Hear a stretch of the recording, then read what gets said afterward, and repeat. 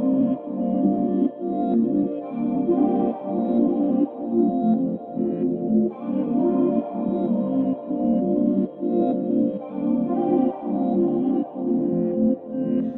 wind down. This is a good episode for us. We have some men joining us this evening. I want to say first, thank y'all for being here, allowing us to ask y'all questions that we did not give y'all ahead of time.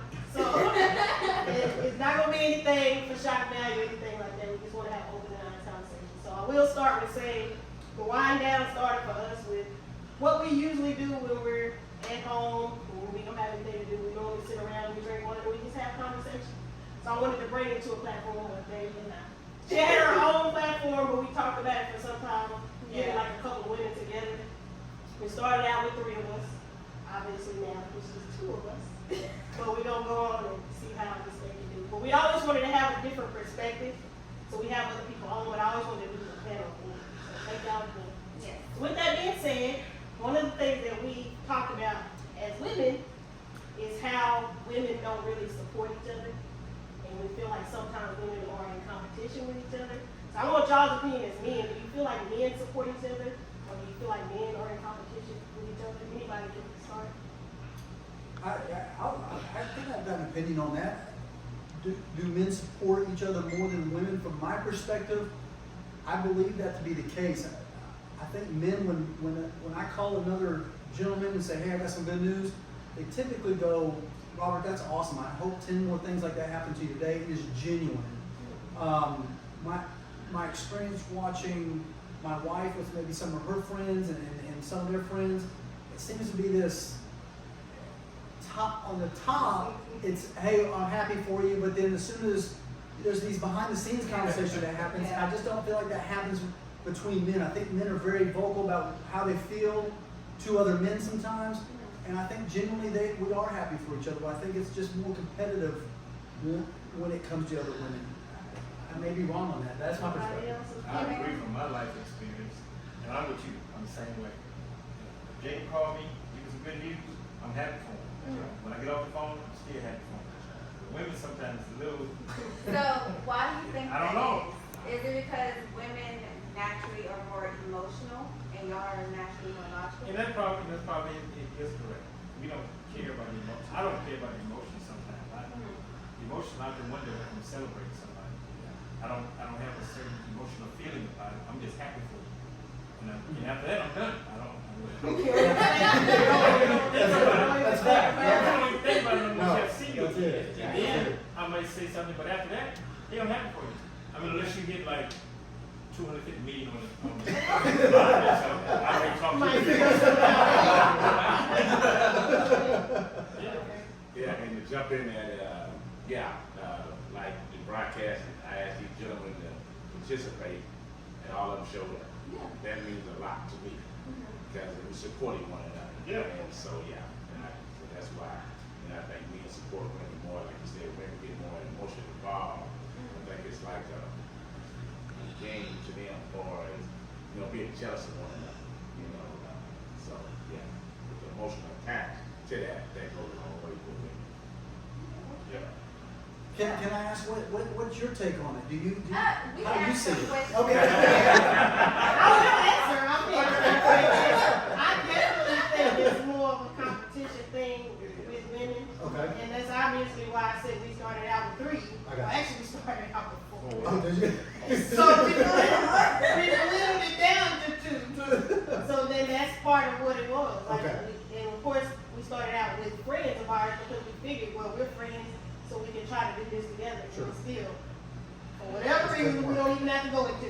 Okay. It ended up just being us 2. Oh, fair enough. Fair enough. Okay. I think women do let their emotions be possessed of them sometimes. In a situation where it should not be that important. And they do get too emotional, attached to things, or too much feelings toward another woman that she succeeds or makes things happen in life. They just too emotional with it. We don't really care, honestly. Yeah. We care, but we don't really care to that extent. So would you say it would be worse to be more logical or more emotional? Or what advice would you give to people to find a good balance? I never thought about that. I I can just say operate logically. I can say, for somebody that struggled all my life, adding an emotion to my decision making, I've kept emotions out of my decision making, which has forced me to struggle, I think, as a father sometimes, because I look at everything from just a logical, what's good for the kids, what's good for the family, and not necessarily. So I think there's got to be a balance, and I think that's where a good cohesive unit between a husband and wife, if the husband happens to be more emotional, or the wife somebody's has to make an emotional decision, because I think you can just be.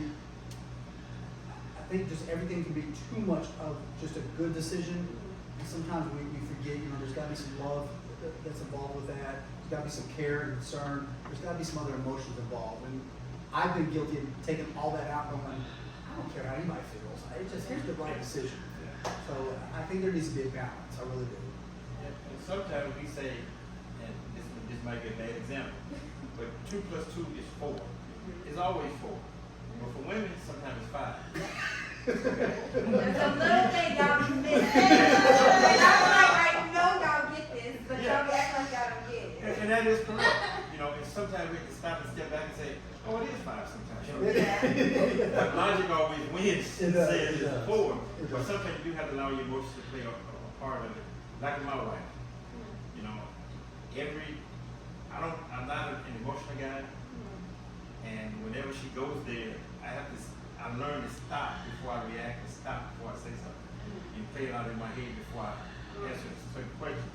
And I have to look at her emotional state. I look at her eyes, I look at her mannerism. I usually just answer. Now I'm like, whoa! Take 3 seconds, pause for a second before you answer the question. Before you respond to what she's saying. And that's where the emotion comes in. With me, I've learned to stop it before I react.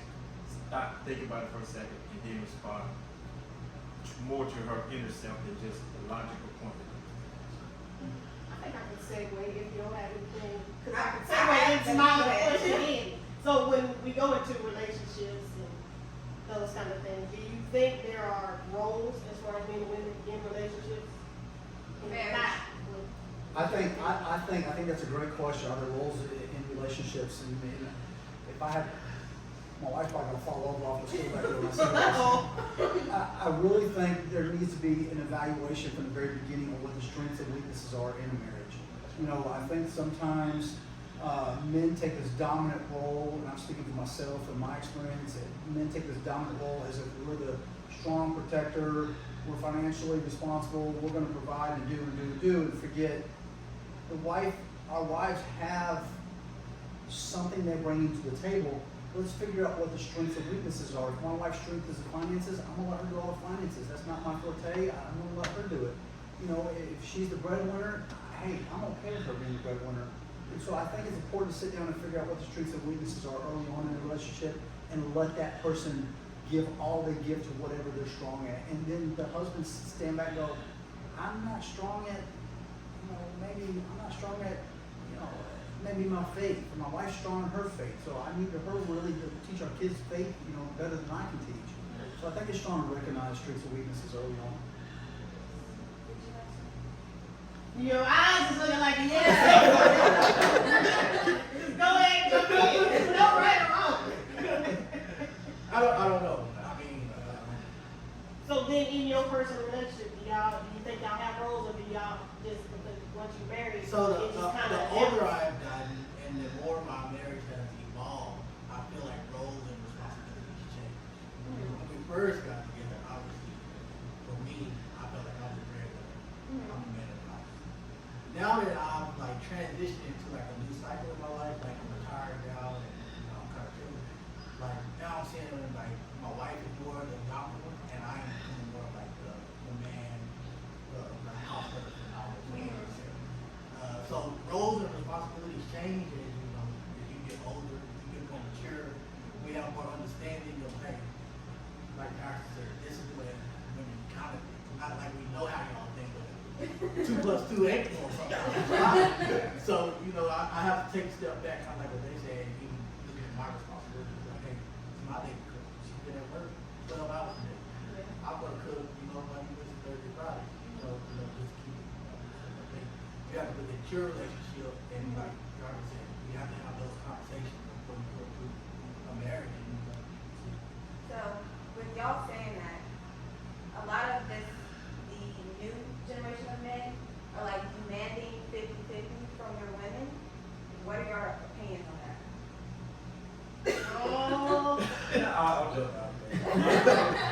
Because I've never said that a marriage relationship is 50-50, it's 100.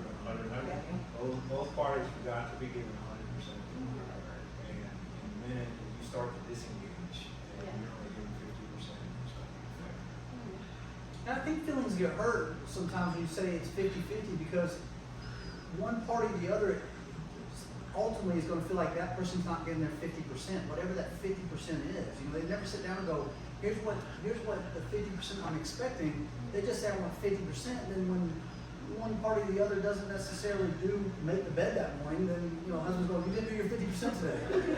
No, it's 100%, but let's evaluate what that 100% is. You give 100% of this, I'm going to give 100% of this, and I think if those conversations will happen early on, there's no misunderstanding of what the 100% looks like.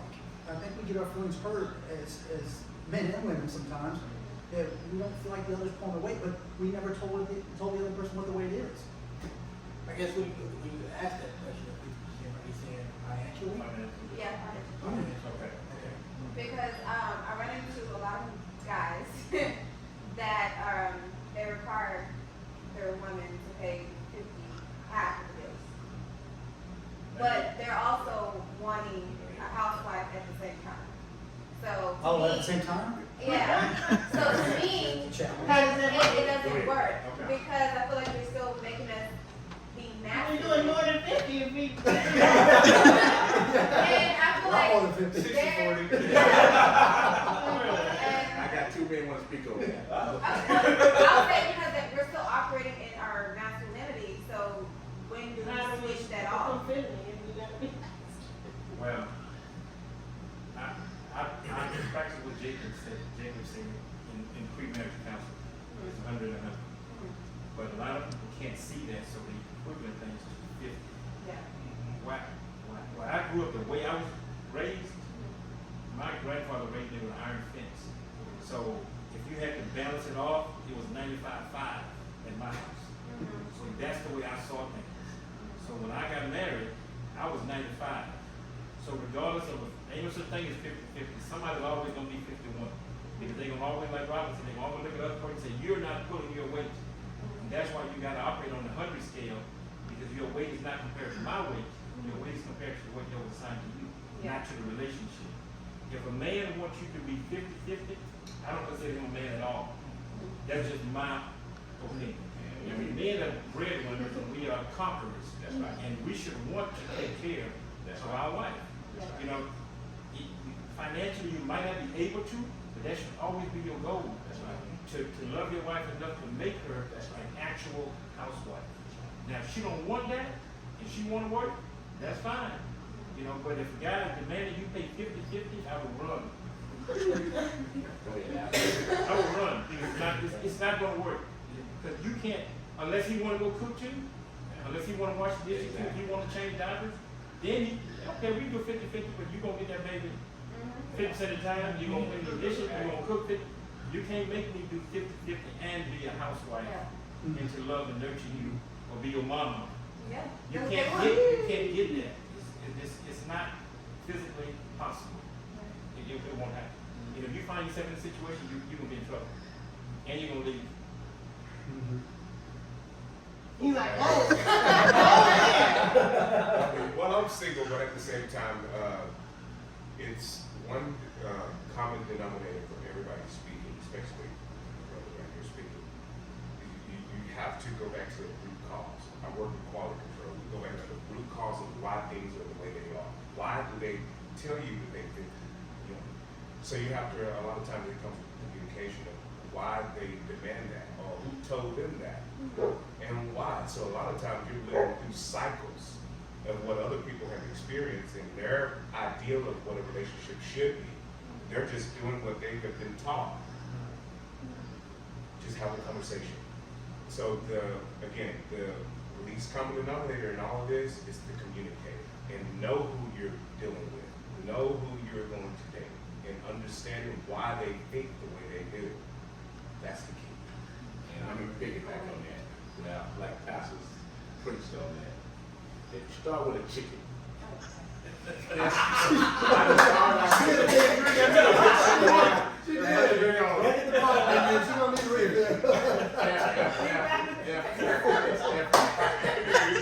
and you find a guy that's living at home that don't have a car and don't get a job, run. Because he don't, and he's 30. It's an indication. That's a red flag to run. Don't walk. You have to surround yourself or pick and choose a good person that won't got goals in life. That's how he can make you better and he can be better as well. But I say this, I don't like being asked what do you bring to the table. I don't think that's a question Run. that you should ask. Run. I wouldn't Run. even ask a man that. Run. Because like if you're talking to me and you're interested in me, then something about me is brought to the table. Yeah. I mean, you have to find somebody out. You don't ask them purposely, like, what do you bring to the No, table? I think it's more important to know your credit score and your financial history. That's right. And you know what you bring to the table. But I'll add this, I think the more I talk to young people, I'm gonna assume, how old are you, young man? I'm gonna say 33, 34 years old. 40. Say again. 40, 40. Are you, okay, we're all, I think, in our 40s, we're older. And I think that comes from maybe the way we were raised or generational thing, because, you know, when my wife and I first started dating, we moved in together, I came home one night, and she was mowing the lawn. And I was madder than sin. I looked out, I said, what are you doing? And she was sweating, it was the middle of summer, she said, I'm mowing, I've been mowing, it was her house. I said, no, hold on. I said, I don't need my neighbors thinking I'm some sorry son of a gun again on my lawn. I said, as far as I know, if we continue dating and we get married, you don't ever mow a lawn again. It's not that you can't, it just, that's our place. That's right. And I'm learning this new generation and you know, of younger people, there's, you know, the women feel empowered and they are empowered, but I think men, there's still a place men got to carry through society, and some of that responsibility is something as simple as mowing the lawn. I shouldn't see my wife or a woman out mowing the lawn if a man's present in the house. Exactly. And that may just be an old school thing. I don't know. You guys feel the same way about that? Well, I'm going to tie in your comment with how she prefaced the question that the newer generation, and I think you're right, we're a representative of an older generation, we're all in the 40s at least, so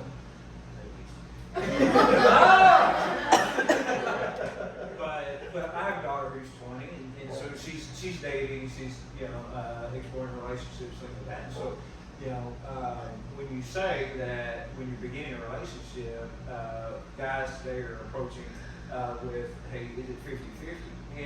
And I think part of that is one of the things that we're trying to evaluate is how that relationship progresses. And so I mean, if you're just beginning to date and it's a new relationship, then by all means take it slow. Get to know that other person, and you're not 100% in at the beginning, not by any stretch of the imagination. But as he said, relationships grow and change over time. But if you're evaluating a serious commitment, I'm traditional, I believe in marriage, but a committed relationship, marriage or not, if you're evaluating a committed relationship and they're not willing to have a joint checking account, if they're not 100% in, then that's the point in time in which you say, I'm going to go a different direction. Yes. So yeah, at the very beginning, 50-50, you're just getting to know each other. You're dating. You need to have boundaries. You need to know who you are, who they are, and get to know them. But as the relationship develops, then that should start to fall. Good point. Yeah, and just to think about one more thing is that, again, go back to the root, what he said, to the root cause of why a person act the way they do, or how we were raised. I grew up in a society where I thought counseling was, counseling don't count. Who cares about counseling? Counseling for what? It's a what? That's what we say. What you and you're good. But as I've grown older now, I understand that premarital counseling is very, very, very important in relationships, because you can find out a whole lot about that person just by asking the right questions. When people come to me and they want to get married, well, I got a standard. You got to have 4 counseling sessions with me before you get married, so we can talk about these things. Because when you ask certain questions that you may not ask the person that you were talking to, come up in that session, and you would just think, oh, I didn't think about that. And then you realize that some people were raised, some men were raised not to wash dishes. Like Greg said, some men were raised, they supposed to be more than y'all. Some women was raised, I gotta do what I gotta do to make this work. And as men come in, we try to take those things away from them. You can't just snatch it away from them because it's grafted in there. Because sometimes we as men, we take it all the way away, and then the woman gets lost. you know, and me and my wife, that's the few issues that we had in life is that I was the dominant person because that's how I was raised. So you barefoot and pregnant, okay, you ain't gotta work. No, I wanna work. Because some women can get lost in your world where they just support you, doing everything you want and everything you want to make you successful, and then they forget about themselves. And then when the success hits, you stand in the glory, she's going, what can I do? Yeah. Or he decided to, hey, I don't want you no more. Yep. Yeah. And what do I have? I gave you all of this all my life, and now I didn't finish college, I didn't do this because of you. Yeah. And that'll destroy one. So that's why it's important to have pre-counseling, pre-marriage counseling before you get married and get entangled. I would say pre-counseling to date somebody these days. Yes. Before you start dating somebody, you may need counseling. Yeah. Because you can get caught up with a person and you can lose yourself really fast. Switching gears, so we're gonna go into the religion side of this part. So, I just have a question. Why do y'all think that young people are leaving the church? Go ahead, Pastor. You should not be the first one to chime in. Honestly, I don't want you to be the first one to chime in, because I don't want nobody to be like, well, I'm gonna go ahead and agree. Rob, I gotta ask. Go ahead. Yes. Why are you scared? Oh, now I'm not scared. Now you gave me a big one. Now, just the last part of that, you said, why are younger people leaving religion? Church. Church, okay. Church in general, okay. And obviously, when people ask a question, you're basing things on other people's opinion. Yes. Right. My opinion of that is the exposure that they have now versus what we 30, 40 years ago. We didn't have technology, we didn't have phones where we can. Here's what I'm saying. It's a bigger distraction. Okay, so when you have more distraction, the more the enemy has rule to kind of just, distinguish or make things look like it what it's not, what it should be. However, what I'm trying to say is, it's just, from my opinion, it's just more exposure to other things, more distraction, the internet, just so many things they have, in their possession right now. It can influence your thoughts of religion, of what you see and how you see things. Not only that, but with technology comes more information. With more information comes more, deception. I mean, it's a playground. And so, again, just my personal opinion is that a lot of them will leave the church because of the distractions that they're exposed to versus what he had. They didn't have cell phones. They didn't have computers. They didn't have, and it's just so it's quick. I mean, I can have one Bible over here and my phone right there. I'm gonna go over that one, and this one's gonna tell me how I should live versus the Bible. What I grew up on. So that's just my opinion. I think that's an interesting perspective, and I think he's right on. And I'd like to add, from the way I did it wrong with my kids, is I feel like if we would go to church sometimes, but the minute I walked out of church, I wasn't walking in my faith. I'd get out there and I was still in the bars, I was still doing things I wasn't supposed to be doing, I was talking any old way, and my kids would hear that. So my kids would see, well, Dad's got faith, but what's the advantage of going to church? Because there's no advantage. He's still drunk at the bar, and he's still acting out, and he's still acting like a heathen. So I think kids sometimes see the people they're going to church with, and then the minute they leave church, they just act any old way, and so the kids are going, I don't see any advantage going to church, because people have been going to church, tell me I need to be in church, they act any way they want to act. And I was one of those. And as I've grown and matured, and I've grown and matured in my faith, I started seeing my kids lean on their faith a little more now, or a lot more actually. But I think that's just because they look at it and go, here's an example, Dad goes to church on Sunday, he practices it from Sunday to Saturday. And I think the adults around them are not quite giving them the example of what faith or church can offer them, from my experience.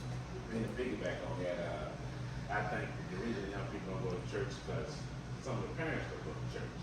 And it's after generation has been taught not to go to church, because that's why the churches are empty right now, because people don't want to go to church for one, and then they don't teach their kids to go to church. You know, but I was raised to go to church. That's the reason I got out of church when I was young. I come back to it because my mom instilled that in me. So if you get that instilled in you, you might venture off a little bit, but you will come back. But yeah, but a lot of people just don't think church is important right now. And that's the society we're living in now. That's why a lot of cheap churches not full. But just saying, you were saying they're empty, but there's more women in church than men. Why do you think that is? Go ahead, Jim. I wanted to dovetail his comment, but I will circle back. You can answer both, but Yeah, I just want to don't know. let me forget. Now, Yeah, go ahead. You got no battery on this? The eagle and the chicken didn't fit for Kevin. So the common answer to your question, and that's what he was describing as authenticity. You know, the younger generation values authenticity, and they don't see that a lot in organized religion.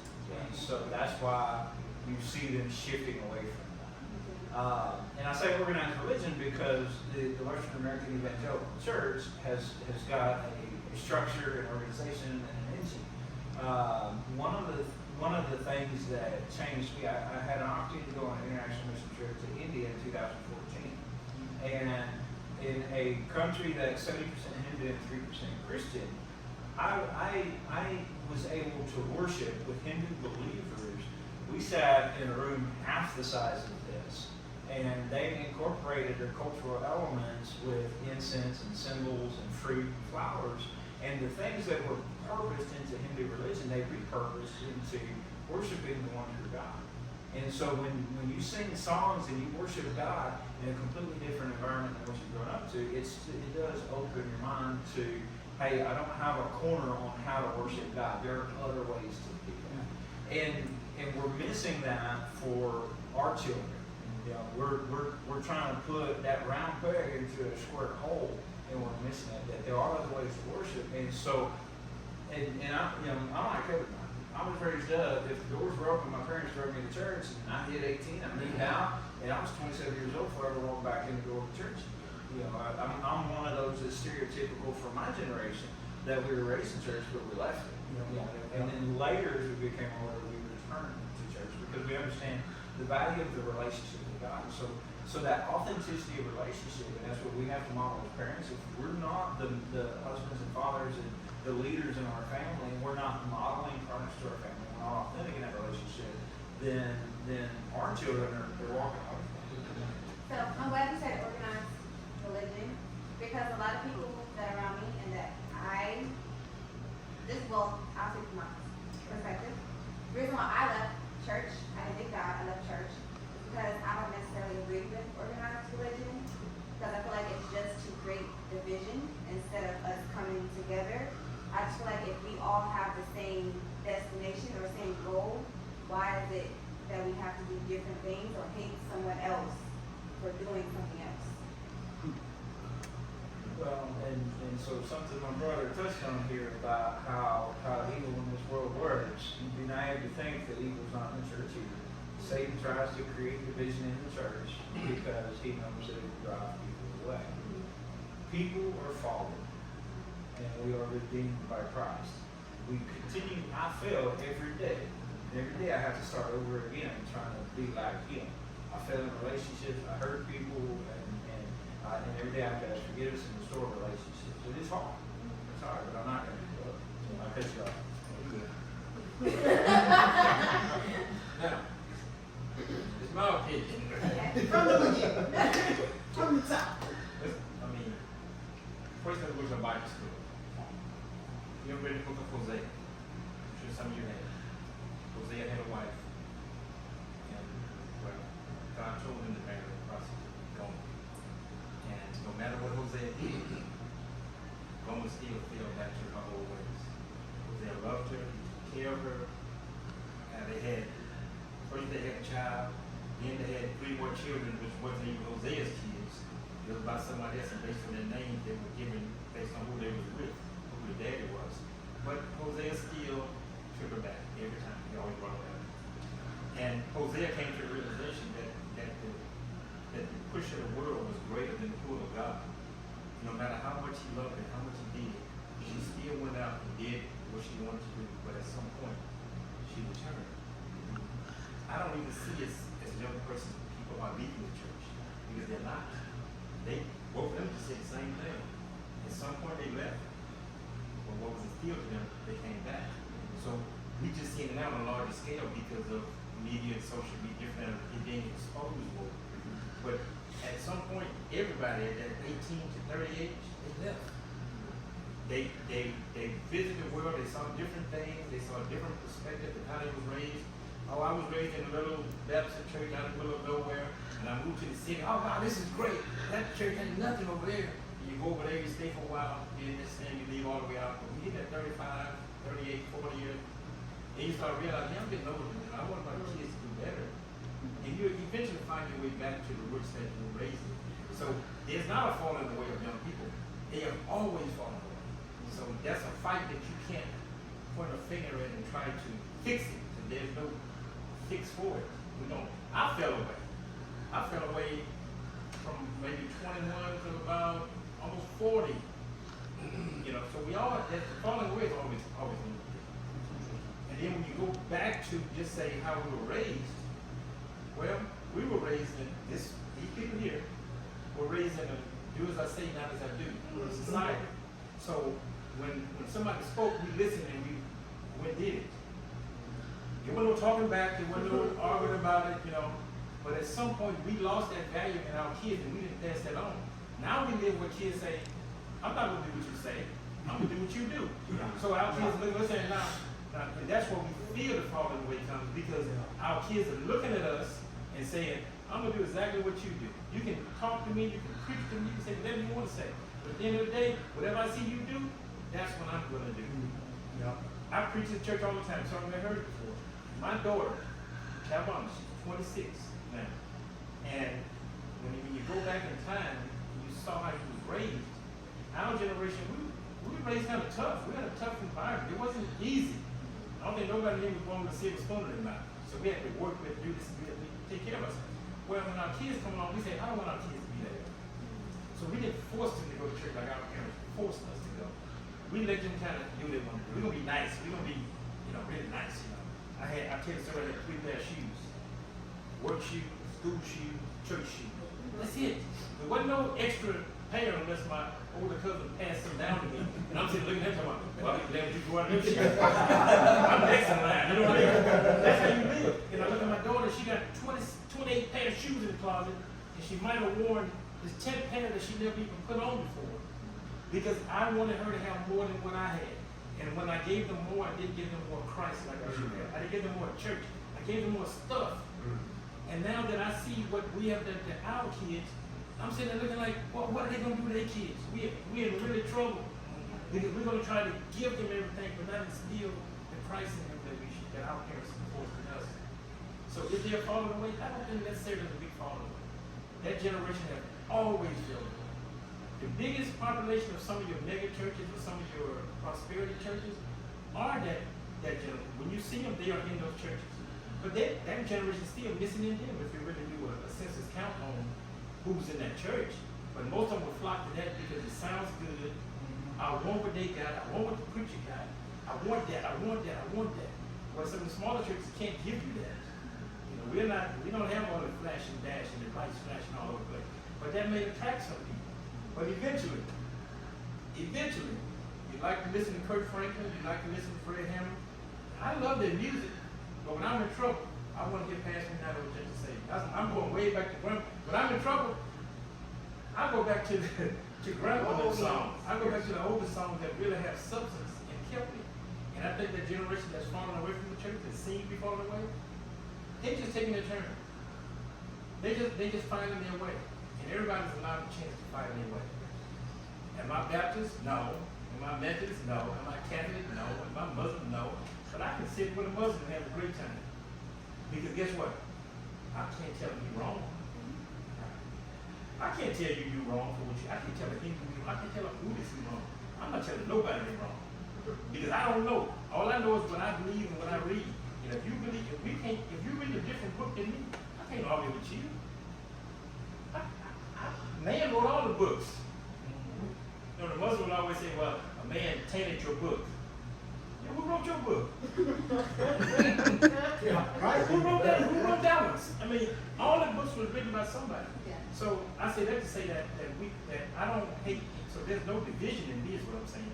I believe what I believe, and I respect anybody who believes what they believe. If a Muslim invite me to service, I'll go. He ain't gonna convert me. I'm not afraid of him. So why not go? Go worship, go fellowship, go see how they think, go kind of understand a little bit about what they believe. And then you have a better understanding when you're approached by one, when you fall in a situation. I'm actually glad that you said that because a lot of the people that I hang around, the reason why they left is because pastors don't think like you. If you say they call it spirituality, they don't claim religion, but if we say I'm just spiritual, oh, so you don't believe in God. No, that's not what that means. It's just that we will go to any church and talk to anybody. Yeah. But if we try to come to you with a different perspective, you're already passing judgment, so it makes us not want to do anything. No, I don't criticize everybody for that. You told me with some foolishness now. If you come to me with Bible, Yeah. but if you come to me with Bible, we can talk. So, but there's nothing off limits in the Bible to discuss and talk about. A lot of stuff in the Bible, you can take it literal, you can take it spiritual, but that's your interpretation. I can't drill to you my interpretation of the Bible. I can't make you believe what I believe, and that's not my job to make you believe what I believe. God just blessed me to be able to stand in front of people and say and be able to speak and articulate the Bible. Anybody in here could be a pastor, a minister, anybody. If you're able to stand up and articulate the word of God. And that's all it is helping other people understand your opinion of what the Bible says. Now you can't go outside of what the Bible says. Because sometimes we throw all this stuff in there, and sometimes we throw a whole lot of stuff in the gumbo sometimes that don't make sense. And when it don't make sense, excuse me, the door over there. Get to the door, you know. But now I can't put the religion in a box or say this is the right way and this is it. I gotta believe that what the Bible says, that Jesus said, I am the way, no one comes to the Father except by me. I gotta believe that. That's my belief. Because that's the Bible that I read. Well, to piggyback on that is some preachers or pastors put themselves on the pedestal. They want to look down on them. That's when they get beside themselves and try to make up their own rules, you know, so to speak. It's like that they better than the congregation, which in turn the congregation is the church. But but some preachers, you know, back when I was growing up, I knew a lot of preachers, like Pastor and I talked to, 80% of them ain't right. You can tell them what they be talking behind closed doors, what they be saying. I'm like, I told God, that's the reason I didn't go to church. But the preachers saying they're doing everything, what I'm going to church for? Because I don't play with God. Yep. And they take God for granted, and I just can't put my mind and wrap my mind around how they do. And that's why a lot of people don't go to church and why churches fail.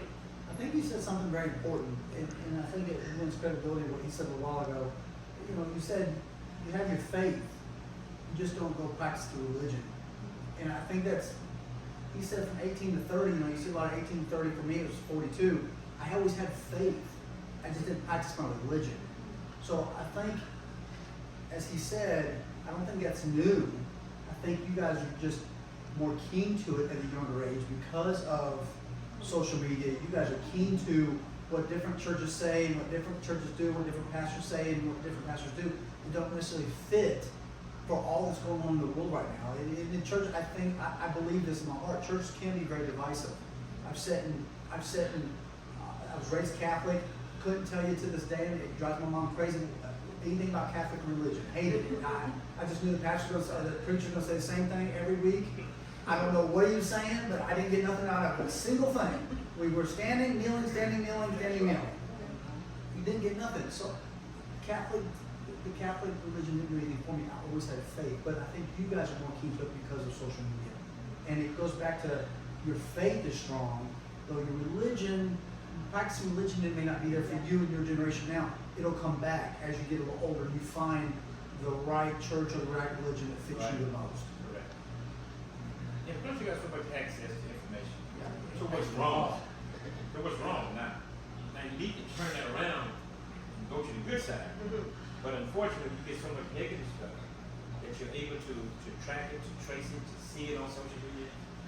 We wasn't exposed to a lot of that stuff. We didn't have cell phones, we didn't have internet when we was growing up. Now y'all can't even imagine that. Look. I grew up whenever Google and stuff first came, and we first got our laptops.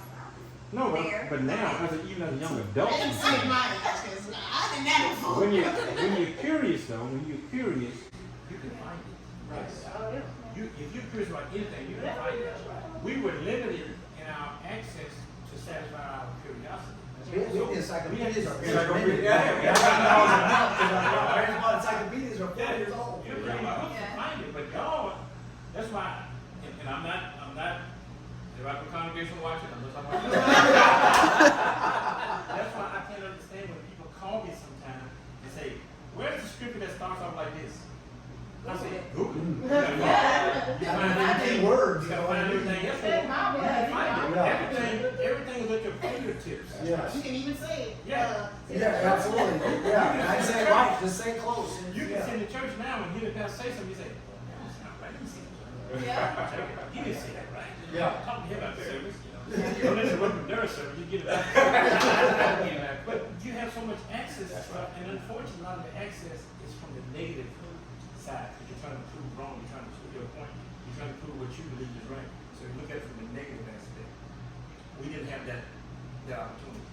If you was in a small town or a small area, even some large town, you still was subject to the churches in your area. That's what you knew, and that's what you focus on. Y'all can go anywhere. You go to church online, you didn't have to go to the church no more. So y'all have so many opportunities, and that's part of the ones they're falling away, is that you see the negative connotation of stuff in church, and you focus too much on the negative side, and don't give any relevance to some of the positive things that the church is doing. It's over. Now go back to the women in the church. Well, you answered the question. I did ask that, nobody answered, but from my perspective, when I was growing up small in the church, I remember we had a mass choir, and there was at least 10 men in our choir. I remember this. Now, there's no men in the choir at all, but in the church, you don't see a lot of men. What's your opinion? What, man? I don't have an opinion. I really don't. I don't know. I don't have an answer. My question is, we have men that come to church, but women participate so much more in church and in faith. And it's disappointing, although I understand it, because it wasn't, again, I was 42 before I really started understanding my faith and practicing my faith and demonstrating my faith. I don't know why. I can't pinpoint why I didn't, other than I could use the excuse I was busy working. I mean, I think we all could use that excuse. And that is just an excuse.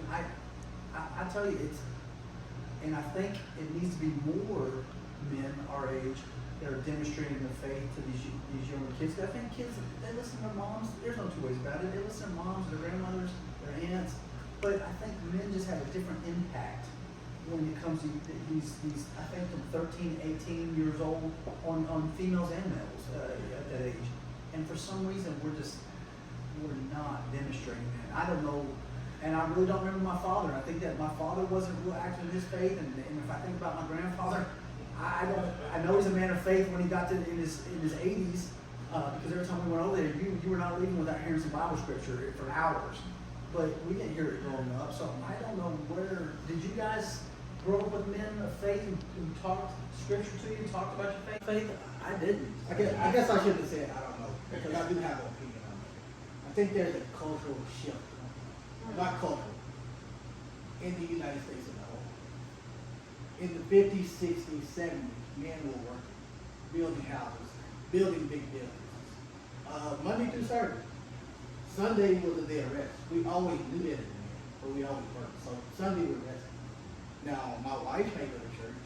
She may pray for me. We may pray when she get home. But on that Sunday, I got to rest because Monday morning at 4 o'clock, I have no time to build to build this building. So I think that's where the shift is coming. in the new informational age that we have, the technology age, there's not so much hard labor per se going on. Infrastructure is built. We may be adding to it with infrastructure, but most hard labor jobs are done by men. I believe that as men progress, now we are able to like get to the church more, because we don't have to be in the field on Monday morning at 5 o'clock, you know? But how come we ain't? How come we're not? How come, I say we as a whole, how come we're not in church more or participating in church more? I believe our group of men is starting that transition. But I still believe it has to be a transition from where my great-grandfather, my dad, they just weren't able to go to church. Yeah. Versus me, they afforded me the opportunity, well, I don't have to go to the field and work on Monday morning. Okay. I can go to church and then go to school, you know, get my education, and, you know, it's just a shift, you know, from the hard labor jobs to more tech jobs. Well, and the piggyback on that, man, don't try that one. Two, that's but not degrading women, okay. But women are gullible sometimes, as far as the fame and the power. Women love power and money. Question. Give me 30 seconds. So when a preacher get up there, You can crop me out.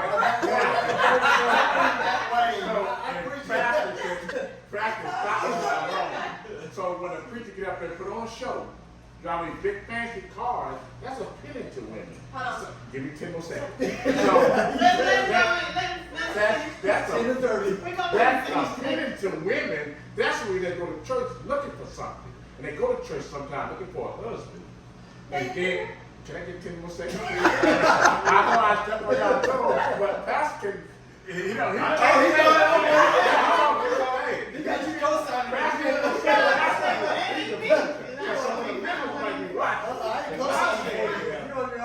Yeah, but what I'm saying is, women sometimes are gullible and emotional.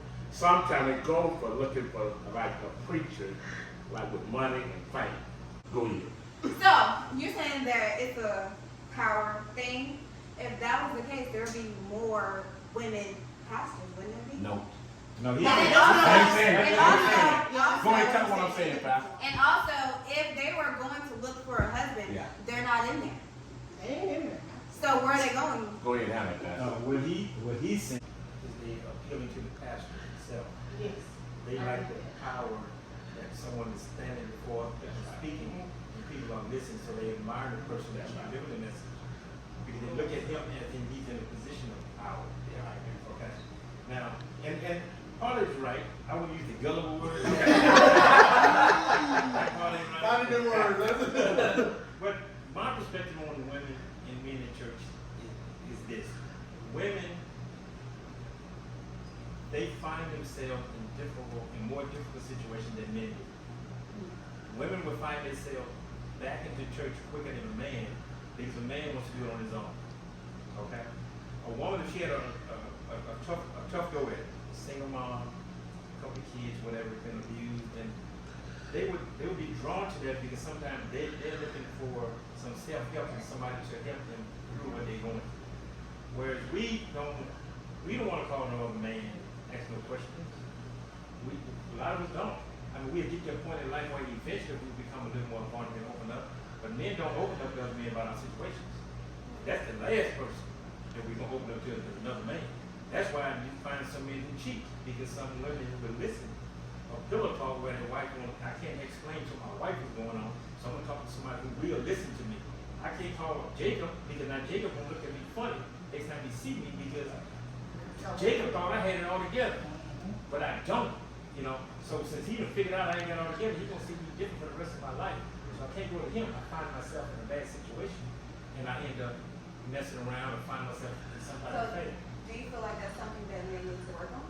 Yes. Absolutely. Yes. Yes, we do. But Yes, we do. to piggyback on what I said, and I'm through with that. when women go to their mom or dad and say, I need to find a husband or a boyfriend, the first place you're going to say, go to church. Have you ever heard that? Well, that's common. I mean, that's why women sometimes go to church. That's why more women in church. But I can't agree with Well, I understand that. But I they I don't know if go. I agree with It that. ain't a whole percent, 100%. I don't think it's 10%. What I'm saying is, I didn't heard it, Amber, you didn't heard it too, so don't sit up and say you ain't. We didn't heard it together. If a person, a woman looking for a husband, they tell her to go to church. You can't go to a club and find a good husband. You gotta go to church, and that's not always. That's not true. Sometimes But- the worst ones are in church. That's right. That's right. They We have tell all men heard that that. mostly, they don't tell Exactly. women that. We have all heard that, That's but they go the same way. Men the same way. They go to church. Look, Find a look, wife. yeah, Oh, yeah. that's what Oh, I'm yeah. saying. That's where the good women are in church. So they go look. So they both. So the women might be in there They're waiting for the boozing men. each other. You know what I mean? Yeah. So so it go both ways. And I think that's how, we talked about earlier, men zero, not a lot of emotions, and women are emotionally attached. Yeah. I think women typically, because they're more closer to their emotions, they're going to seek good counsel based on their emotions. That's They're what going I'm on saying. Sunday going, I need God to hear me now, because they're emotional. Where men, I know my wife's gonna shake her head. I've said something before, she's been mad for 3 days about it. I'm going, I don't even recognize she's mad. I'm not mad. I asked, what's wrong? Well, you said something 3 days ago. I don't even recognize I said that. It just blew out of my. It don't bother me to hear somebody tell me that, but it bothered my wife. So I think where men, they don't go to necessarily church to seek that. They're not emotionally attached to their faith or God. They're not going to seek anything. Women are going to emotionally seek something. Yeah. That's what I I'm don't know saying. if it's a husband, but Yeah. they're emotionally seeking something. Yeah. So they try to get close to God. I get that, but in reality, some women go to church looking for me. I think that happens, but I just don't think it's a majority. No, it's not a majority, but it But happens. I would like to say this.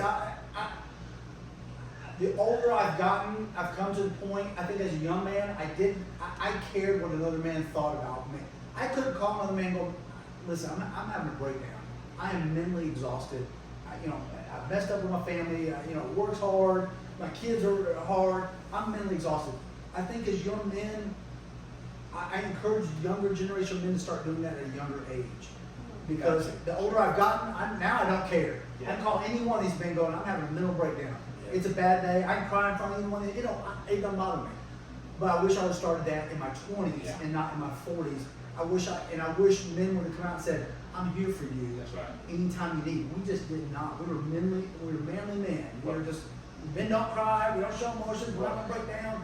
The reality is we all do. So if you're in your 20s and your 30s, find men that you can talk to and you guys can share life, because everybody's going through the exact same thing. We gotta stop hiding this, man. I'll just say that. Well, men try to have that pride. Yes, Pride will get in your way. absolutely. That's why you don't go to men, because you got like a family. You don't want to show that weak side of it. And the reality is, the best advice we can get is from other broken men. That's right. I mean, I don't want to talk to a perfect man. He ain't gonna tell me. Exactly. He ain't gonna tell me how I messed up, why I messed up, and what I felt when I messed up. I want to go talk to other broken men who changed their past in life. And I think it's important to do it at a younger age. Quit trying to be macho. Quit trying to think you don't. Crying's okay. I didn't believe that to my 40s. I was raised. You don't cry. When you get a whipping, you better not cry. You're gonna get more whipping. What? It hurts. I'm supposed to cry. No, you're not. It's okay to cry. We're supposed to cry. We're supposed to have emotions. We're supposed to, and even better, we're supposed to share that with our spouse. Yeah. It's okay to share that with our spouse. And I think sometimes as men, we feel like if we show our wife we're broken, they're going to look at us differently That's right. as broken men. And I've come to realize my wife's going to love me when my broken times and my good times, my hard times, my low times. We got to recognize that early on. That'll move me to my next question. I'm glad it's kind of flowing a little bit. I wanted to ask, who do y'all feel was your biggest male influences, like growing up? And what do you think they taught you as far as being a man? I told y'all I had some deep ones, because I just wanted to That's know. good. Yeah, that's good. I would say there's no Not one particular figure. person. Well, there is one particular person in my life, me too, but they was nobody famous or nobody like that. It was just my grandfather. Yeah. Because he showed me what it took to be a man. And that was just, like I say, we were an iron fence, so your job was to take care of your family. He instilled in us, whatever you do, take care of home. I don't care where you go, I don't care how long you stay, I don't care what you do, take care of your family. Your first priority in life is take care of your wife and kids. So at all costs, make sure that they was okay. Now, my grandmother was in church every Sunday. She was the mother of the church. Everybody knew her.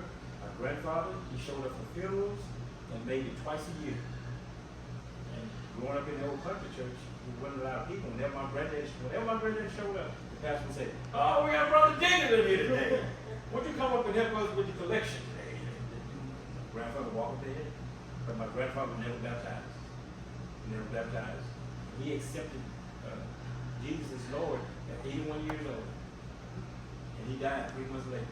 Do I believe he went to heaven? I believe he went to heaven. But the way he lived his life was a model for me to follow. You know, that's why I say I'm not a really emotional guy. I don't get into that kind of stuff. Now, back to part of the other questions as far as men that we talk to. If you think it's hard to talk, y'all think it's hard to talk to another man about your problem? Do y'all think that? Now imagine as a pastor trying to talk to another man about your problem. And then you got to preach on Sunday. Yeah. So therefore, it eliminates all the men in church. It puts you in a bad situation because you can't talk to nobody out there because you're their pastor. So you got to have somebody outside of that realm that you have to go to be vulnerable and totally open with. Should it be that way? No, it shouldn't be that way. But unfortunately, society has forced it to be that way. So you got to hide all your emotions, hide where you feel it on. So you can't show different things to just everybody. Now, do I have a couple of men in my life that I can't talk to? Yes, I do. I got a couple of guys that I can go and talk to about any and everything. But I've learned, as I've gotten older now, that my wife is my best friend. So now I just dump it all over. You know, just, you know, what's wrong? Just run it off. You said nothing. Leave me alone. I'm working. You know. But now, hey, I just let it flow. Because if somebody got your back and somebody got your corner, I've learned that that's my wife. She's the one who got me. She tell me, she talk to me about everything. So why can't I be open enough to talk to her about it? So I love my dad to death, but he was a rolling star. Let's keep it real. He was in and out the house. But my mentor was a guy named Willie Howard. Down there, Willie Howard, he was like 75 when I was 35. And we hung around every day together. They thought he was my dad. But he taught me things that my daddy didn't teach me. My daddy is a good man, loving to death, but he didn't communicate well.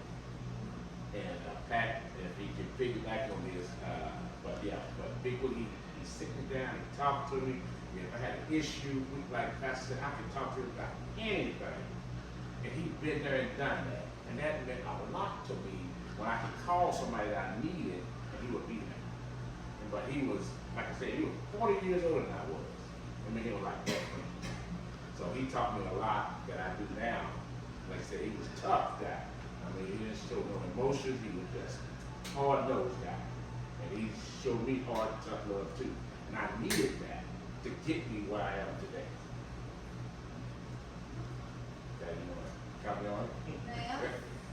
I mean, kind of like what I was saying. Our dad was not. I mean, like I said, he was a great guy.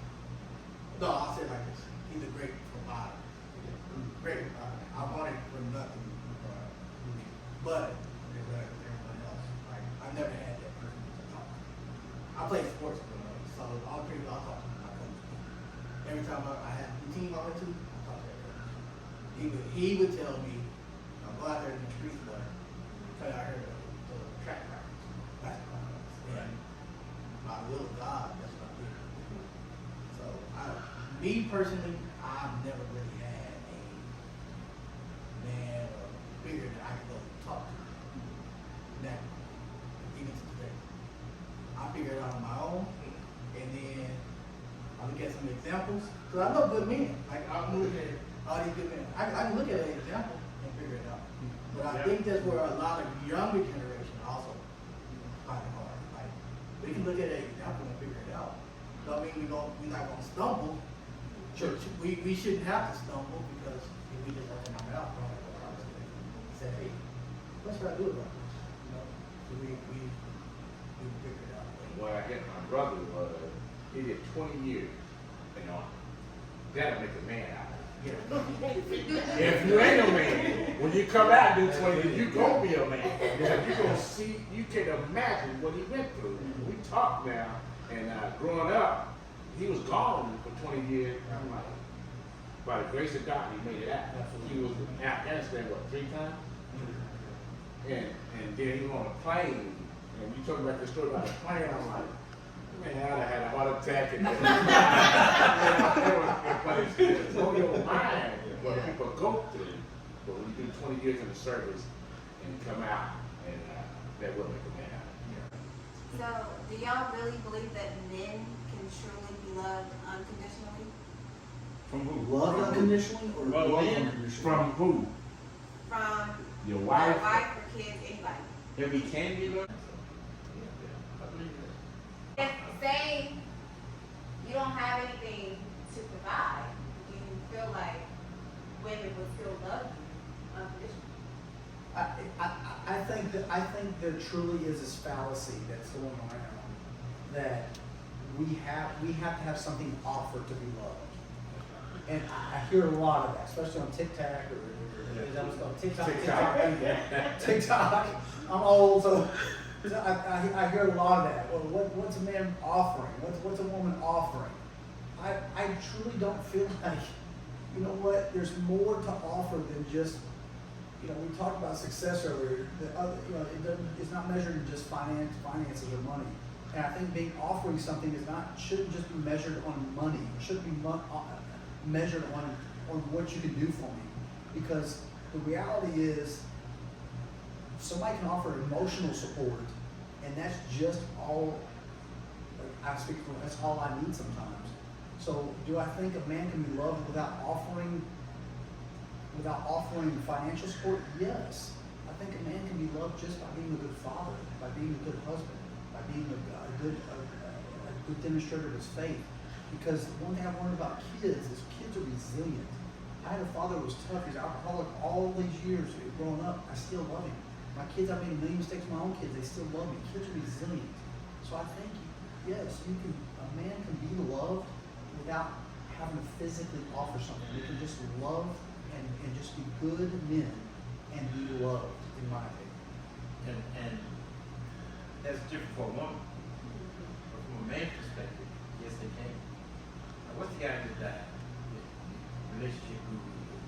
I really don't like him. I don't like him. No, He's not good. Who? Kevin, but he can't Oh, Kevin Samuels. Yeah, Watch he's it. playing Yeah, watch it. so But there's a couple good points that he made a couple times. One of the greatest points he made on one of his shows was when women come up and say, I make 6 figures, I got this degree, I got that going, I got this business going, but I can't find a good man. And he'll tell you, that's not what we're looking for. A man don't care what you got going. I mean, and they don't. Because he wants to provide for you. He wants to take care of you. And if you bringing all this stuff to the table, then what he's there for? That's right. It makes it hard. It makes it harder. A man can find a woman at Burger King. That's right. And if she shows him unconditional love, he'll take her, he's gone. Before he takes a 6-figure woman who wants to be 50-50 in the house and rule everything and be in charge. So what do you think that stems from? Women feel like they are having to go out and do those things for To attract themselves. a man. You tell me. No, I'm saying what Kevin Samuels said. But part of what Bray said and some of us said is that this is one of the valuable lessons my granddad taught me. And it was the most valuable of all. And I tell you, if you got anybody in your life that you look up to or admire in any kind of way, that you don't let it be a one-sided relationship where they give you all the advice and they do anything for you. If you got a mentor that you really care about, you should take him to lunch. You should call him, check on him every once in a while. Because they don't have it all together. They got problems too, and they need to be encouraged by somebody else. That's right. My granddad, even though he was this stern, iron-fist man, whenever I went home to visit, when I was in the military, I would go home to visit him, and I would always get in the house. Hey, here's $100. You know, I'm gone. I'm home for the weekend. I got there on Friday. He didn't see me till Sunday when I was leaving. Bye, granddad. I'm gone. You know, $100 is cool. I'm gone. You know, and that was my routine whenever I came home. But then one day he stopped me. He said, "Wait, hold up." He said, "I don't need your money." He's not gonna take it, you know. But I don't need your money. I want you to sit down and talk to me for a little while. That's what I want you to do. Every time you come home, you're in, you're gone, come back, you're gone again. You never sit down and talk to me. And that was one of the most valuable lessons that he taught me, that sometimes the money doesn't matter. sometimes they want you to just talk, just conversate. And that's what this world is missing sometimes, just people being able to just conversate. If I'm gleaming from somebody, I got mentors now that I call, take them to lunch. I'll just call and I call them to check on them. People that I'm mentoring, I have to tell them sometimes. They do. Every time we go somewhere, I'm always paying for the meals.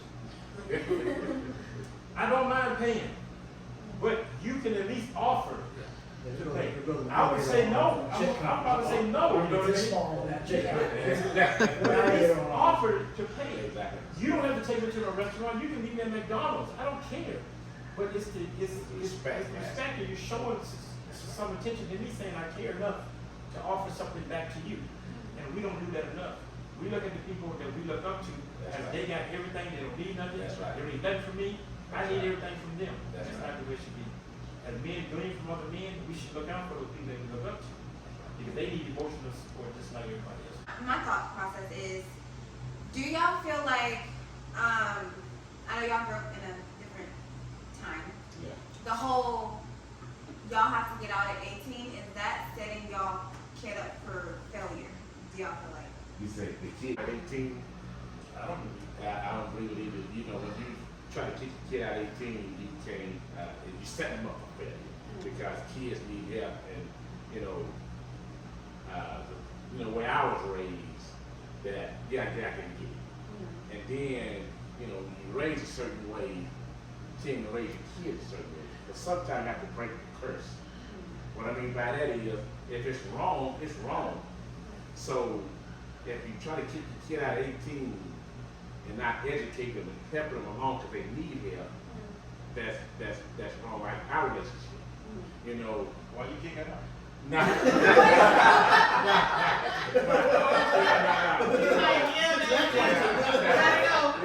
That's a setup question. Like I always get stronger now. I have to realize it ain't all about me. You got kids that need to talk to you and stuff like that. And that's why I think when you're raised and talk a certain way, you're in a box. And that's ridiculous. So, do you feel like majority of our people do that? Or where do you think that stems from? You talking about for his race? Yes.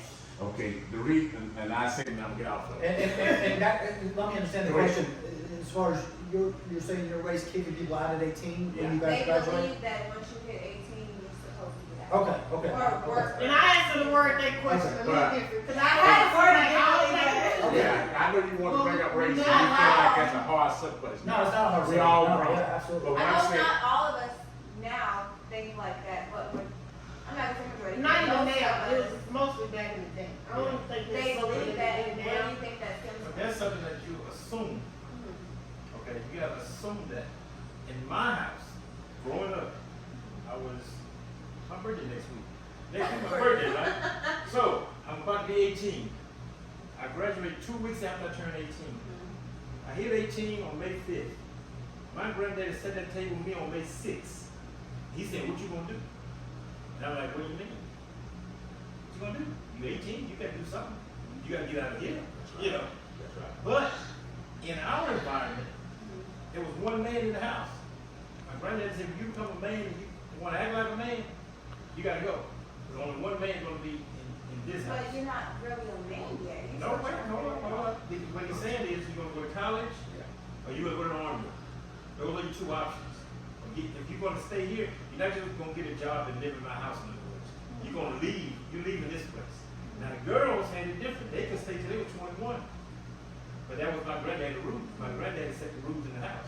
Now, why that rule was important is because he raised 13 of his grandkids. And I was about the 5th grandchild. And I had kids behind me coming up. He couldn't afford to take care of all of us. That bed was for somebody else. I got to get out of here. But that's how our household was. Now, in today's society, no, I don't think that is a culture thing that we kick them out at 18. Even though my granddad was sitting at the table with me, I wanted to leave at 18. He had to put me out. You know what I mean? We wanted to leave that environment. We worked on a farm. We out there on the plantation. Who want to stay there? I was ready to go. I was catching the first train smoking out of there. Today's society, especially in the city, is a little bit different. There's no 18 rule, there's no 19 rule, there's no 21 rule. You know, my kid, CJ 21, he living upstairs. And as far as his mama concerned, he can stay as long as he wants to. As long as he working and doing something positive with his life, stay in school, you can stay as long as you want to. Because what's really out there? If I put him out, she don't worry where he at night. So if he ain't over there, she know where he is. You stay as long as you want to, I don't care. When the time comes for him to leave, then it's up to him to actually leave. But when I put him out, no. I see no reason to just put him out there. But some people are raised different, though. Like you said, you was raised different. I was raised different. You get a certain age, you got to get out there and get it. You got to be good. But you ain't got to get out of the house to get it, though. But some people want you out there. Yeah. You see what I'm saying? Some people don't want you in your house at 30 years old, Man, man. I don't think it's a No, I think by then, if you train them right, you raise them right, That's right. they will leave. That's But right. I don't think it's a culture thing. It's I don't not. think it's an African American thing that you leave the house at 18. I think that's everybody. Yeah, it when I was is raised in everybody. my house, you had one choice. You went in the military at 18. We couldn't afford college. College wasn't even an option. My sister went to college for a semester and realized she couldn't afford it. Yeah. We all went in the military. So it was at 18 where I disagree now, and I preach this a lot to parents, and I wish my parents were there for me. I taught my kids finances at an early age. Their credit score was important to me at 14, 15 years old. They had credit scores. They had bank accounts. They had investment. It was important for me to get them to, at 18, to understand, here's what, they already knew how to pay their own bills and their own insurance. They knew how to pay. Parents who kick their kids at 18, and I already have parents, do they have a bank account yet? Nope. You teach them how to pay a bill yet? Nope. Nope. You teach them how to pay rent? Nope. You teach them what good credit gets you better interest rate? Nope. Well, they ain't ready to be out yet. You haven't taught them anything.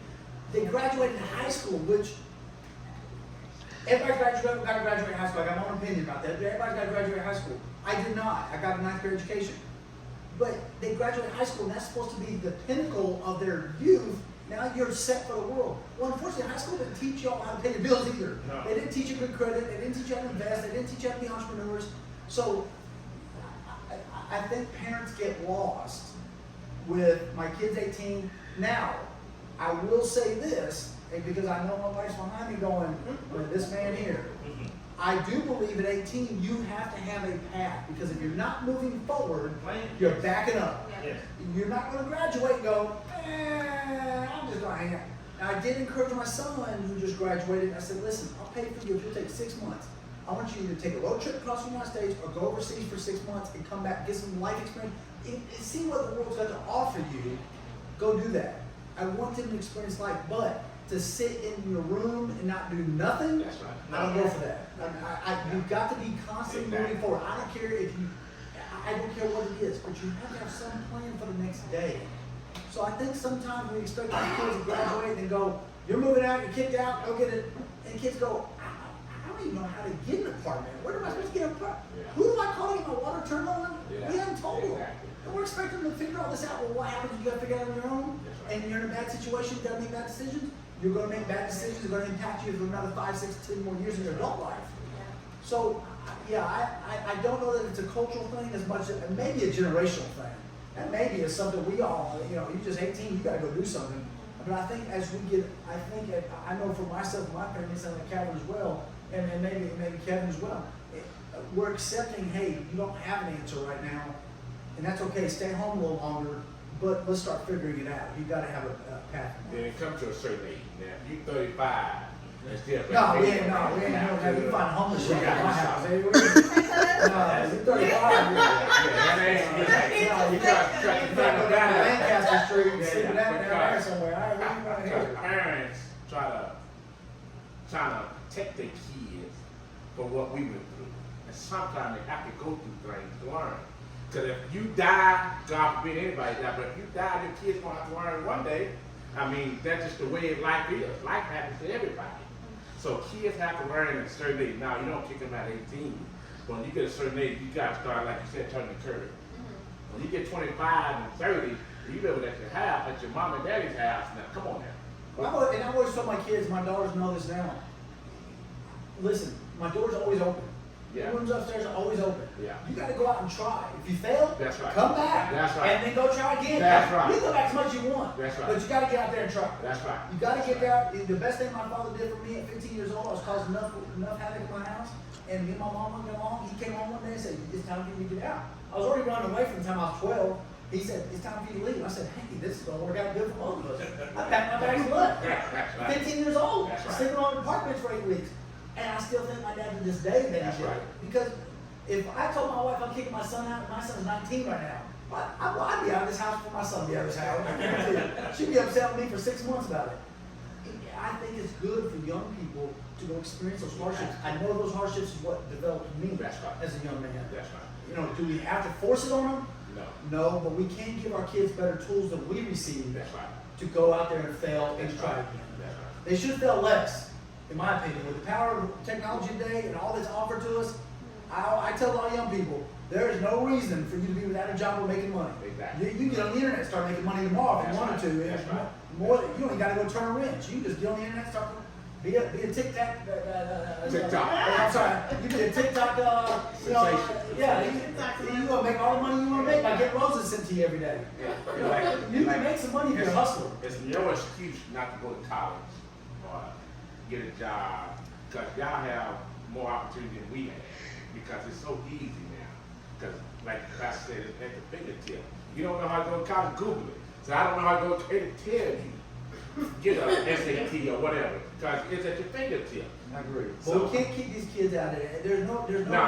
And that's why again, I think kicking kids out at 18, even asking you guys, young people, to go to college and you have to spend tens of thousands, $60,000, $70,000 on choosing a career from 18 to 22. That's right. When you have no clue what you want to do until you're about 27 for me, you don't even have the first clue. So asking you guys to do all this at a young Yeah. age with zero experience of life, I think is the wrong route to go. I think most parents, and I'm not a parent, but I can probably say because I watch my nieces and nephews growing up, you can tell if a kid is going to be successful in school or not. Sometimes it's just not for them. I agree. So you already need to be preparing them on what do you want to do Yeah. if you don't go to college. Absolutely. It's not for everybody. That's right. But they gotta have a plan. If you're not good at school, And I think you better that the teach them parents good. need to be active in Absolutely. that too. You better teach them good work habits because they're gonna work a long time. They're gonna work Me a long time. personally, I went to school, I had no idea what I wanted to do. I was like, I'm just figuring out what's up in there. I'm gonna Yeah. take some basic classes, and it didn't work out, but I kind of navigated through that, and I didn't have any influences to tell me anything. Yeah. I didn't have anybody that went to college before me to Yeah. tell me anything. That's right. So now I'm looking at my nieces and nephews and trying to pass it down, like, don't get all these loans if you know school is not. That's right. Figure out what you want to do. So you guys agree? I mean, I don't think it's a race It's by not race thing. no. It sounds like more just maybe a generational thing. I was a guy with 18 on my field. Yeah, I'm ready to. Most guys are, back in my era, we was ready to go. That's So it wasn't like you kicking me out. I'm ready. That's right. I'm ready to get out of here. That's right. But now, like I said, my son can say, as long as he wants it, as long as he got a plan. And he's improving upon that plan. Like Robert said, from the time he was 16, got credit cards. All of them. I keep them in under school. I make sure when I tell them, don't you buy nothing without talking to me first. So, but I instill it in them so when the time comes when they do go out, they already know how to operate money, what money does, and how to move money, whatever you got to do to survive from a financial standpoint. Now, as far as social skills, hey, everybody definitely ain't ready to leave the house at 18. No. Because them, a lot of people socially can leave a house and really fail because they don't know how to get an apartment, they don't know how to wash their own clothes. A lot of things they don't know how to do that they have learned in the process. So should they be going at 18? No, I think they can stay almost as long as they want to, as long as they got a goal or a path or a plan set forth for them. That's right. But if you sit in the house smoking weed, and playing Xbox all day, you kind of got to go. Yeah, absolutely. Yeah, you kind of got to go. I mean, it's kind of moving. You know, I don't care if you're working at Subway with a plan. You can get Subway a couple of years with a plan, and I'm good with you. That's right. But if you're not doing nothing, no, you gotta go. I'll send them over to Robert Town. Trying to get rid of mine. Yes. Exactly. My questions are going back toward, I think I have another relationship question. For anybody that's married or has a spouse, significant other, what qualities do you think this person had that made you want to be committed to you? Go ahead, Rob. Your wife is saying yes. I forgot. Yeah, Your wife tried Put it to. on the spot. So this is pre-recorded, so y'all like they will see it Anyway, anyway. you need to do right now, you need to go somewhere. No, y'all gonna sit right here and listen. She might already know. No, actually, she doesn't. Okay. Sorry. What qualities did she have that I was attracted to when I married her? When I met her, That made you decide that you married. you know what? I said I'm gonna be honest at this thing. I'm just gonna be honest. It just is. I was a young man. I was 27 when we met. We were at Joe T. Garcia's, and we were having a dinner party with several people, and we left, and she was at the stop sign before you turn on Main, and I was in the car behind her, and somebody said, "Hey, I think that's Jennifer." I said, "Man, she sure looks good looking." He said, "Hey, I'll bet you don't get in her car and kiss her." I said, "Well, you don't ever bet me nothing." So I jumped out of my car. She's sitting at the stop sign. I knocked on her window, and she was startled. I said, "Oh, yeah." She let me in. She goes, "What do you want?" I said, "Listen, my buddies back there told me I wouldn't kiss you. I said, I need to make that $20 if that's okay." I know she thought I was crazy. I was attracted to my wife. I was physically attracted to my wife. And as time, when I met her, I was physically attracted to her. As time went on, I realized she had a lot that I didn't have, and that was she was in tune and in touch with her emotions as a person.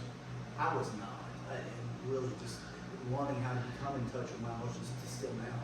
So I think I was attracted to the fact that she was in touch with who she was at an early age.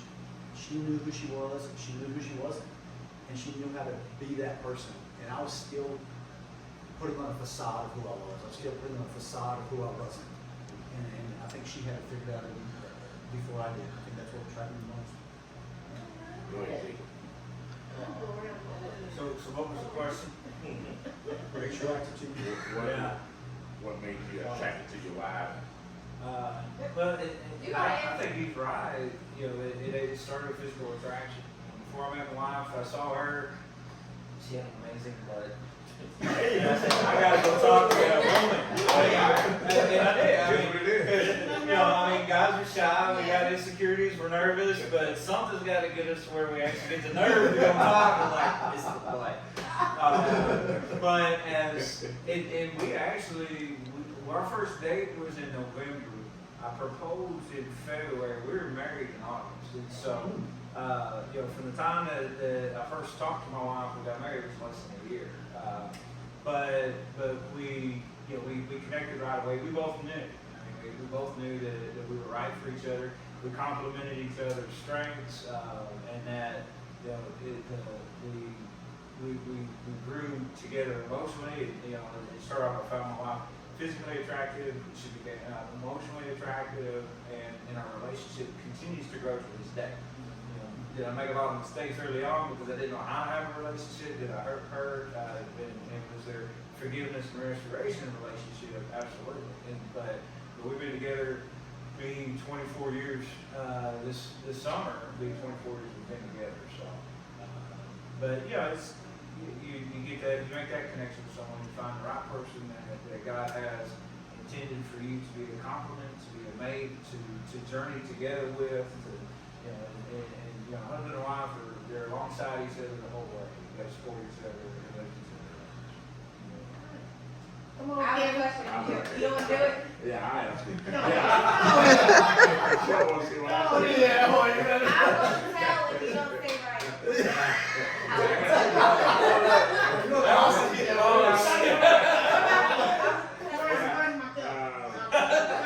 Like Robert said, I'll be completely honest. Wait, go ahead. Now, nothing bad. Like I said, the attraction was there. But my wife was in church. That would appeal to me the most. She was in church from a little girl on up. And I was attracted to that because I was still on the streets. And she was in church, so that made me want her more. If that makes any sense. Church girl. Exactly. But anyway, so yeah, I asked her out, and she told me, she said, "There's not a chance in hell." She heard all the bad stories. She knew you were ready? She knew of you? Yes. Okay. And then everybody was telling her. And someone was right. I was out there, and but yeah, so we went out and, but then like Jacob said, in a year's time, we was married, but she was pregnant. Then we got married and, been married 14 years now. But yeah, so yeah, attraction, you know, appealed to me. But when she was in church, and she dedicated herself to God like that, that made me more and more, and actually that made me a better person. That was good. I thought you was gonna say something. See? So, I just have a question. Well, I really want to know. How long does it take for a man to know if he's ready to marry a woman he met? They just gave you a prime example. Less than a year? Instantly, right away, I knew. Instant. He said he met his wife and married within a year. Kevin said the same thing. Me and my wife met in a underground rave vampire place. She walked up to me and said, "What are you doing in here?" Literally. We became friends after that. 4 months later, we moved in together. A year later, we were married. I think you kind of know pretty. You know, men know Men know pretty quick. pretty quick. Now, are they gonna drag their feet and see if things change and like, but they know, you know, pretty quick. Within 6 months. Well, let me ask this question then. Do men know, I was 17 when I first got my first marriage, 27 my second marriage. I don't know what everybody's age was when they got married. I don't know when you got married. So, okay. I got married twice. I know it's 22. The first time I was, Hey. I forgot, 22, 23. Oh, young, all right. Jake? 21. That's, I was old. oh yeah, you were a little old. Well, I had a first wife. We got married at, I think I was 29. And then, didn't last long. She married for the wrong reason. Sure. Okay? And the reason was, I thought I was getting older and I thought I should get married. Right. I just thought life was going on, and I had a few relationships that didn't quite work out. I said, you know what? The next girl I meet that's pretty close to what I want, I'm just gonna go and make the fun. Well, that was the wrong attitude to have. Now, my wife now, I knew her before I married my wife. Now, we weren't dating, we didn't, nothing between us. Sure. But I knew her, and I was attracted to her. And she even, we lost touch for about a year, year and a half. And she saw me one day in the mall, and she was like, "What's going on?" I said, "Oh, you know, everything's going well. Oh, I'm getting married in 2 weeks." And she looked at me, she said, "It ain't gonna work," you know. She just told me, she said, "It ain't gonna work." I'm like, "Why you say that?" She said, "Oh, you see." And she left. I didn't see her for another year or so. Then I saw her the next time, I was married, you know, and it was already going bad. So I got divorced maybe 6 months later. I saw her again at some little restaurant or something. We started talking a little bit, and boom. But she was always that, to me, I needed a nurturer. Yeah, I needed yeah. somebody who was there. I was looking for a quote-unquote housewife. Sure. You know, but she worked hard. She had her own career. But I wanted somebody to just be a housewife. That's what I always wanted. I didn't want a career woman. I didn't want none of that. And she was the person who, she cooks every day. She does these things. And then I met her parents before this.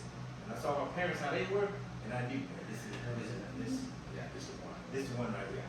And the reason I asked for you is because I recommended my daughters, both of them, do not get married till you're 25 or older. And they always say why. I said, listen, because all men, including Dad, was a dipshit. You don't know. One reason we wanted to get married, did we know we wanted to get married because we were lustfully in love? Or because I got married the first time at 17 and me and my first wife were best friends this day, but it was the wrong reasons. And my wife and I, at 27, I was still lustfully in love. Do we know we wanted to get married because we were lustfully in love, or because we understood love the way we understand it now? And that's the same encouragement I give to my daughter. She has a boyfriend, and I said, give it time. Don't think that just because your mother and I got married in less than a year, that's normal. Sure. That there is value in getting to know the other person. Every relationship is going to mature in its own time. And at 20, you know, I was 21, and I still was trying to figure things out. Sure. You know, I just got lucky the guy was watching out for me one day. Yeah. And but you know, her boyfriend is graduating in May, she graduates college in December, and I said, just because you graduated from college doesn't mean that the proposal's expected. Right. And that has to be a short engagement. Take your time, get to know each other. There's not, you know, you got time. You know, and like you were saying, you know, we know pretty quick whether we're honest with ourselves. There you go. That's another matter. But do we know because we know what love is at that age? And I'm trying to help you with your question. Or do we know what good sex feels like at that age? Well, And I'm trying to help her because I think there's a dynamic there. We as men, I mean, because I'll just say it. I think we're all pure dipshits till we're 25. I mean, we're living life just based on a couple things and none of it's what way we understand it today. yeah, well, go ahead. Yeah, and real fast, sex complicates a relationship. Yeah. Once you enter into that level of relationship, you know, you automatically have an emotional connection with a partner. And if you want to remain impartial early on in a relationship so that are we a good fit? Do we have complementary strengths? But you complicate it with a physical relationship, then it's harder to make those wise decisions. Absolutely. I agree to disagree with that statement. Because women, when they have sex with a person, they're thinking emotionally. For the man, it's just a physical act. I agree. In the very beginning. So a lot of women kind of put that, I shouldn't say a lot of people confuse that emotional act onto that other person when the other person is just for a physical act. So just because we're having sex for a man doesn't necessarily mean we are compatible in a relationship. And what do we know? I mean, what do we know? Who knows what love is anyway? Right. I mean, to me, whenever you figure out what love is, you find out you really don't know. Yes. And love becomes ever evolving. Even in my own life right now, I still learn more about my wife. That's right. As we grow, because in any relationship you got, yes, you want to be a 100, but it's never really. That's You really know you ain't a 100. That's right. You really know there's some things in you that you have to really put on the table, some things that you really put aside for the relationship, for the betterment of the relationship. That's right. For the betterment of the marriage. You put some things, you put some of your stuff to the side just to make this work. That's right. But it catches up with you some point in life. At some point, it has to come out. At some point, it got to be revealed. At some point, you have to say it That's right. because it's in you and it has to come out. And when you say that or you get past that, you figure out, man, she really loves me. I mean, because you really don't know. Yeah. Even in your other relationships, you know, there was a time when you thought you was loved. That's right. You remember that? Y'all remember that? Oh, yeah. Oh, yeah. You thought you loved that person. And then you break up. And 6 months later, you meet somebody else, go out with them for a while. You love it. Man, that's really love right there. She's good. A year later, where she at? I don't know. She's the one, man. I really love her. You don't figure it out, but even when you get married, you still, even though you love them, That's right. there's still an evolving. I think love is an active verb. It's a steady evolving thing that we're going to go through all of our lives. Well, And it's going to steadily progress as you grow and you understand more about that person. I like the way you spin that back around though, because I think as men, it goes back to counseling. I even struggle today with talking to someone or wanting to seek counseling to get help. But I think the younger generation of men are more open Yeah, to going to counseling. I've never been to marriage counseling. But like Pastor said, there's probably some stuff in my closet that I probably should go sit down with a counselor and me and my wife and, hash these things out. Because they're around sometimes. They do. And what I did, I said, okay, mom, let's Stick it to the side. I'm You keep it within you. Ball it up. for the benefit of the relationship. Yes. that's right. That's right. Yes. Well, women don't do that a lot. Women shit it all out. Oh, yeah. We have to say, you know what? I'm the man. I'm gonna take control of this. I'm gonna ride this. I'm gonna hold this. I'm gonna hold on to this. But it rises back up every once in a while. It rises back up, and it may not affect your spouse, but it will affect you. Yes. But for the betterment of the relationship, you say, you know what? I'm just gonna let this go and I'm just gonna Exactly. ride it out. Exactly. And we all got them. We all got things in our life that we just ride out and don't worry about it. Some things we're gonna take down the grade. That's right. That's right. Like some things gonna leave between me and Jesus. That's right. And then ride out. You know. But as we grow more, I think men do get to the point where they do slowly interject those things. But for the betterment of the relationship, it's some things we just need to just don't. And to piggyback on what I said earlier about when you're in marriage, your love changes. I love my wife now more than when I first married her. Because when we were together just a year, I really didn't know her. But we've been together 14 years now in the same house. So I see the little things she do for me. It's amazing. I say, God made, and it sounds crazy, but it ain't crazy. I say, God made this woman just for me. She's perfect for me. She's compatible. Well, you know my wife. I said, that makes me want to do better and makes me love her more. If that makes any sense. Yeah, You absolutely. know, And I often say, whatever you find yourself missing in your relationship from your spouse, that's right. that's what you need. That's right. If you think your spouse is not affectionate with you, then you show more affection. That's right. If you think that she don't kiss you enough, then you kiss her enough. That's So right. you gotta, whatever you think you're missing, you give that, she'll give you back. That's right. That's the way we think. That's You gotta offer that. Because you can't get mad if they don't do that. Because they may not be the type of person. Exactly. But because they love you, if you present that, That's right. she loves you, she'll reciprocate that back to her. You know, and piggyback like Robert and I, you know, his wife met him a few times, very quiet. Somebody got sense in the house. Yeah, Robert. Somebody got sense in the house. Two crazy people in the house. You don't want two alcoholics in the house. You don't want that. Somebody gotta have, somebody, you gotta be compatible. Robert is outspoken and his wife is very quiet. She's very meticulous in her thoughts and So- before she speaks. So what if there was two Roberts in here? It don't work. It won't be no two Roberts, one of them. But that's why I say what women think you're looking for sometimes is not that. It's not that. You may, a lot of people want to see, oh, we a power couple. I don't need no power couple. I'm the only power couple. That's right. I don't need a That's power couple. I That's need right. you to support and love me. That's and right. take care of the family. That's what I That's need right. you to do. I That's don't need right. you to go and try to get 80 degrees. I don't need you to be a doctor. I don't need that. That's right. You know, That's right. now if you want to bring that to the table, we're gonna have some problems because you're gonna be lacking in other areas because That's you trying right. to do this. Yeah. So no, I'm good with you just being the That's wife right. that you That's are. right. That's Really. right. Just like Jennifer, my wife is quiet. She don't That's say right. much. She don't get involved. All my business dealings, she don't. I That's gotta right. do so much crazy stuff. That's I'm right. trying some of everything. That's right. You know, and because I have succeeded in most of it, she don't bother me. That's right. Now there's sometimes she speak up. She That's say, right. well, I don't know about that. But I've learned to listen. When she That's speak right. up, I listen. But most of the time, when you think it's gonna work, baby, that's Go ahead. good. That's And good. I can that say I've one- been blessed.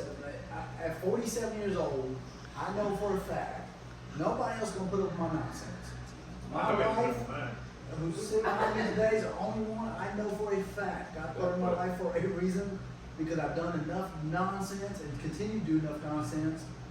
She's the only one. If she left me tomorrow, I'm gonna go find, I'm not gonna look for another woman. I'm not gonna date, marry, I don't want- because ain't nobody's gonna put up with Robert Blake's nonsense. There's another one out there. This one, she's been, I'm like Calvin, I've bought houses and cars and done things she don't even ask. She That's just right. knows, I don't know what he's doing, but if he wants to do it, he'll do it. That's right. And you know what, I don't know if I'd find, if I married anybody else, they would have fought me on it or bucked me That's on right. it, or, she's just been gracious enough, so I know the good Lord has said, hey, this is the one, though we don't always agree. I promise you, we don't always agree. There's a lot of things we don't agree on, and there's a lot of things that woman shouldn't agree with me on.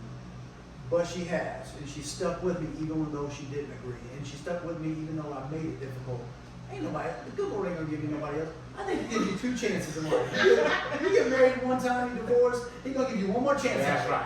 And you ain't getting a 3rd chance. He gives you a 4th chance. And if you're on your 4th, you might as well give it up. I think you go past 3, you're gonna You get about 8. give it up. You Yeah. just find something else. But I tell you something else, Rob. The one thing about my wife is, and y'all haven't met her, all y'all know her, but one thing about her is, out of all the crazy stuff I do, after all some failure after failure sometimes, the only comment she would have is, do I need to get a job?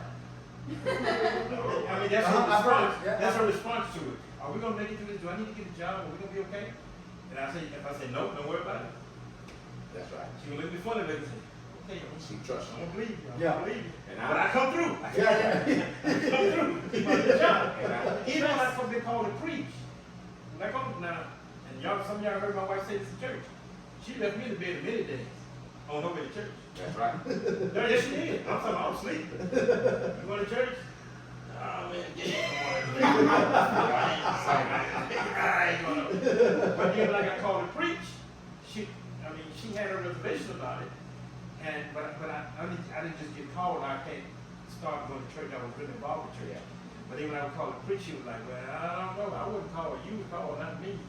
I don't know how I'm gonna deal with this. Yeah. You know, because God didn't tell me I was gonna be a preacher wife. You know, but I guess if that's what you got to do, then I guess that's what I got to be. Yeah, You know, yeah. and she have done well in it. It was rough in the beginning, but she molded herself into that. Exactly. But if you got a woman that's willing to put up with your foolishness, That's right. and when you say God called you and she follow you, That's right. you got you something there. That's right. But I know my grandmother. I remember my grandmother. I can remember today. I bring the girl home from the army, from college. Bring the girl home. Yeah, it's the girl from right here. You know, 2 hours later, she come in. Boy, you ain't got to do nothing right there. She tell me, shut up. You ain't got to do nothing right there, boy. You don't bring her back. You know what I think is most interesting about women is I think, or wives per se, is they put up with more from us than I think we're willing to put up with from them. That's true. Nah, Because if I push my wife, if my wife done 1,000 of the things I did, I'm just saying, I'm out of there. I mean, if my wife would have bought a house without asking me, I'm like, are you lost your mind? I'm gone. We're divorcing tomorrow. Exactly. We're not doing this. But I think our wives will put up with more That's right. from us than we're willing to put up with from them. And I don't know. I fought for 20 years trying to figure out why. I don't know why, but it just seems like to be the case. It's because women operate off of potential. And women, Ooh, say that. That's a whole other. that's a whole nother subject. Okay. To take it back on what Well, that's Robert why said. let Kim To do pick it. it back on Robert said, I mean, that's why my brother's wife, Pastor's wife, Jacob's wife, they all got something in common. They quiet spoken, they support their men.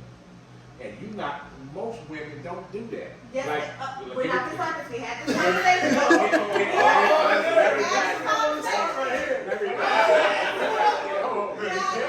Hold on. Kim, you Well, almost get- made it. hold on, let me say something. We were about to end on that. Music gonna go over YouTube. The lights are hitting now. Hit the like button now. Hear me out. We were But trying I'm to saying, end on a good note. some, like Pastor said, some women want to be the head. And if they got a degree and making 6 figures, they not going, I tell you what, like Robert said, I bought that Corvette. He didn't tell my wife to go buy. I didn't pull up, go look outside. She looked at a nice car, women and start watching TV.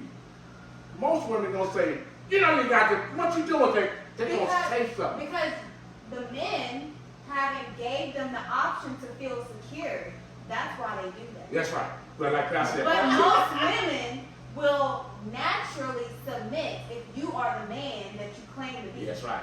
Now, But where I agree with your Yeah, daughter I do is that. I do this, that. is there's a lot of men that will go buy a new car and just a month before they're talking about, I don't have enough money for the groceries, right? Exactly. And we're struggling for rent right now. Exactly. The finance, but then they pull up in a new car. That's I was right. guilty in my 20s of doing it. Yeah. You know, pull up in our new toy, and we ain't making ends meet. Exactly. And I think, But with your wife, what kind of car does she drive? She driving nice, y'all got nice on. And So you of pay course for she'll it. be like, oh, you got a car. Yeah. Yes. But So- if I'm driving a Pinto and you come up in the car, Right, yeah. that is a problem. That should be a problem. They go look But- outside. That should be a problem. I But agree. now, but piggyback on that, Say it. like I said, most men like us, it's hard to find. Not trying to pat ourselves on the back, but you don't find men that take responsibility and work and take care of home. So why do you These think younger that is? generation, they want the woman to take care of home. Thank you. So So why do you think that is? I guess the way they raised and the generation we're living in, I But don't know. y'all are the generation that raised them, right? Yes. I probably messed up. Yeah, we did. She's on We something. messed I up. know she's going here. We She's So, on something pretty where good. is that coming from? It's coming like Pastor said for the parents. We messed it up. We really did mess it. I had to learn, I had to get a mentor like Willie Alfred to show me what a man supposed to look like and do. That's how I So feel. if that's the case, why do y'all continue to try to put it on the women for going out and doing the things that y'all are lacking? Well, that's some men. That's not men. They boys. You say why we put it on the women? Yeah, yeah. She's saying as far as going out being financially responsible, earning, I don't and I'm not saying all, but Yes. majority of women nowadays are having to go out and do that because these men are lacking in that But you department. missing something. They're not men. They're boys. But They who's telling incentivizing you to go get a job, and they ain't got this. Like Rob said, they go buy this car and can't afford the light bill and stuff like that. They're not men. So then where's that coming from though? The generation. well, and I think You know, I'm saying, Go ahead. I'm trying to be on the sideline. chickens. I'm gonna go back to Oh, chickens. chicken. If you're a chicken, that's what chickens do. These are eagles. Are you married, Alan? All right, I'm gonna find you a wife. I got you. You're a good man, and you need a good woman, and I think I got somebody for you. I want to introduce you, and anyway, that's what I'm saying. Be careful. Tread lightly, you know? I do agree. Go ahead. One thing you say is that I think most women, and I think the majority of women, Yeah. would be the submissive wife Yeah, that the Bible talks about, if the man is doing what he's that's supposed right. to do. That's right. I don't think that there's no woman out there who don't want a man or relationship to take care of her and to be the man of the house. And if he do what he's supposed to do, she will follow him to the moon and back. I do believe that. And Some women are independent, they get jobs, they do all these things, but if the right man come along, they will leave, give all that up That's right. to be the wife that they think that they should be. I say it with confidence, I think most Yeah. women prefer security yeah, over that's effort. what we look But for. you can't go to a certain place and find a man that can secure you. Of course. Like Pastor preached one time, he giving his all, but it ain't for 30%. So he can't reach his potential. You But know, that's what she Who was is that saying. coming from? Women mostly look at potential, which hurts us in the long run. Because we can see somebody and be like, well, he could be this, and I can help And him. But women you are can do natural. all the help Pastor you want, preached but on you that. might not want to do Women that. are You're not natural gonna do it. nurturers, so we always operate on potential. how that work out for you? I just said it. It I mean, what I'm saying is, does end up hurting you know, us in the long run most times. like I just said. Most You times. get in trouble. No, like I just said. What I'm saying is not trying to degrade No, nobody. I understand. I'm saying is that if you go to a person's house and he living in that house with his mama playing video games, We ain't say you gonna- that. but what I'm saying is, he gonna say, you know what? You got potential. I can help you be a man. You can't, No. you can't do No, that. I didn't say You that. spend your whole life For trying to make him example. a man. I'll use myself for example. Go ahead. I ask goals, and if you tell me these are your goals, I'm already like, how can I help you reach those goals? But if I'm steady trying to help you reach those goals, and you're not putting in that work, then that's where the problem lies. You And look So at- you don't want to Go be, ahead, yeah. you don't want to be the, I see what you're saying. When you end up having to motivate him to reach his goals, Yes. that becomes the problem. That's right. Everybody talks about their goals, but Yes. are you strong enough to follow through? Yes. When you gotta be the person And- behind you kicking him in the ass to get up. Go ahead. That's where women go But that's wrong. why they try to Yes. raise him to be a man. He's not. And I'll say this, and this could be controversial, and my wife, she did that. I'm gonna say something very controversial, but it's been my experience. We had 4 young men living here for 3 years during the summertime, and I'll say this. It's going to offend 2 people. It's going to offend dads and moms. Okay. I think moms have become too involved with the discipline in raising sons. I agree. And I don't want anybody to misunderstand this because I've said it for years and years and years, and I've had many arguments. Moms can raise sons. It's not that it hasn't been done. It's not that it can't be done. But they shouldn't have. But moms are raising sons when they really don't know how to raise. Young men are just, we've experienced things as young men that we can only tell another young man. I was trying not to go. We were trying not to go here, but y'all are taking us there. But the So, fault is because men, husbands or fathers are busy outside the home, either through work, a million reasons. We're doing the right thing or the wrong thing, whatever it is. They're going, hey, you take care of the kids. I don't want to know what's going on. I just want to come home, eat dinner, throw my feet up, watch some TV, go to bed. And we're relying on moms to raise these young men. And I can tell you from my own experience, my wife has a big heart. She thinks with her emotions. She don't want to hurt her son's feelings. When I walk in the door, I don't care about my son's feelings. It's about what's right and what's wrong. Son, Yeah. you messed up. You know, I think it's something that happened not long ago really frustrated me. We all sit down to dinner. My son got up, made his plate, come back down to the dinner table, sit down and started eating before his girlfriend got her plate. I looked around and said, did I miss something? I know I raised this boy better than this. We had some words over it. Mom didn't notice it. I noticed it. As a man trying to teach a young man, That's right. your girlfriend better get a plate, son. If you ever put the first bite of food in your mouth, you better offer her a plate first. So I think there's more moms who are having to raise young men, That's right. and dads aren't necessarily, I think sometimes me, guilty more than most, think I was raising my kids by providing financially for my kids. That's right. I wasn't raising my kids by being a father. I was raising my kids by making sure I was putting a roof over their head and food on the table. And that's because I think that's the way I was raised. Yeah. Instead, so I think we're relying on moms to do something, not that they're not capable of doing, but I think dads are better suited for it, in my opinion, however controversial as that may be. I agree. So, I'm playing devil's advocate. So, Y'all probably know y'all.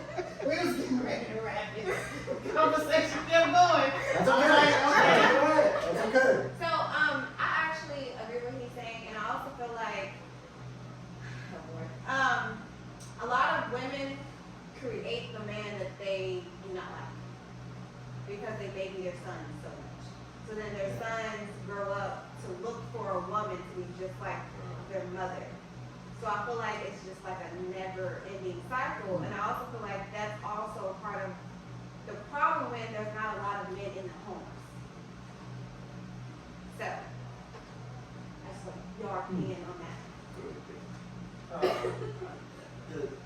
The underlying theme of everything that we've talked about today is that the fundamental building block of the society is a family unit. Yes. And in order to be successful, it requires a husband, father, it requires a wife, mother, and they work together to build and train up their children in a way to be responsible and independent, to go out there and flourish, and to repeat that pattern. And our culture, our lives are under attack. You know, Satan's real, spiritual warfare is real. If he can attack the family unit, if he can attack the most fundamental building block of a society, you start there, and then the foundation begins to crumble.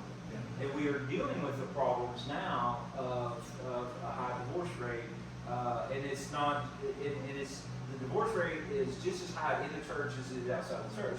Because Satan's not worried about attacking the church; he's attacking the family.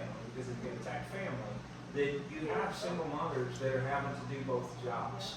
You have absentee fathers who have disengaged, and then that cycle starts to repeat. And like Kevin said earlier, we have to break that cycle. And when we realize that we're repeating the negative behavior that we saw, we now have that responsibility to say, I'm going to do it different. I'm going to do it the right way. And it's a challenge. And you know, you asked earlier, it's like, well, why? You know, you see today that young men are behaving a certain way. It's no different than they behave, just like he said earlier. You know, the young people leaving the church today, they were leaving the church before. The men not doing their job today, they weren't doing their job. And so what's the answer to that? God's the answer. You know, he's the glue that holds that family unit together. And how do we, you know, how do we not talk about it but be about it? How can we be part of that solution? It starts in our own families, you know, and we're going to fail. Last question to end. If your 18-year-old self was standing here today, what would you say to them?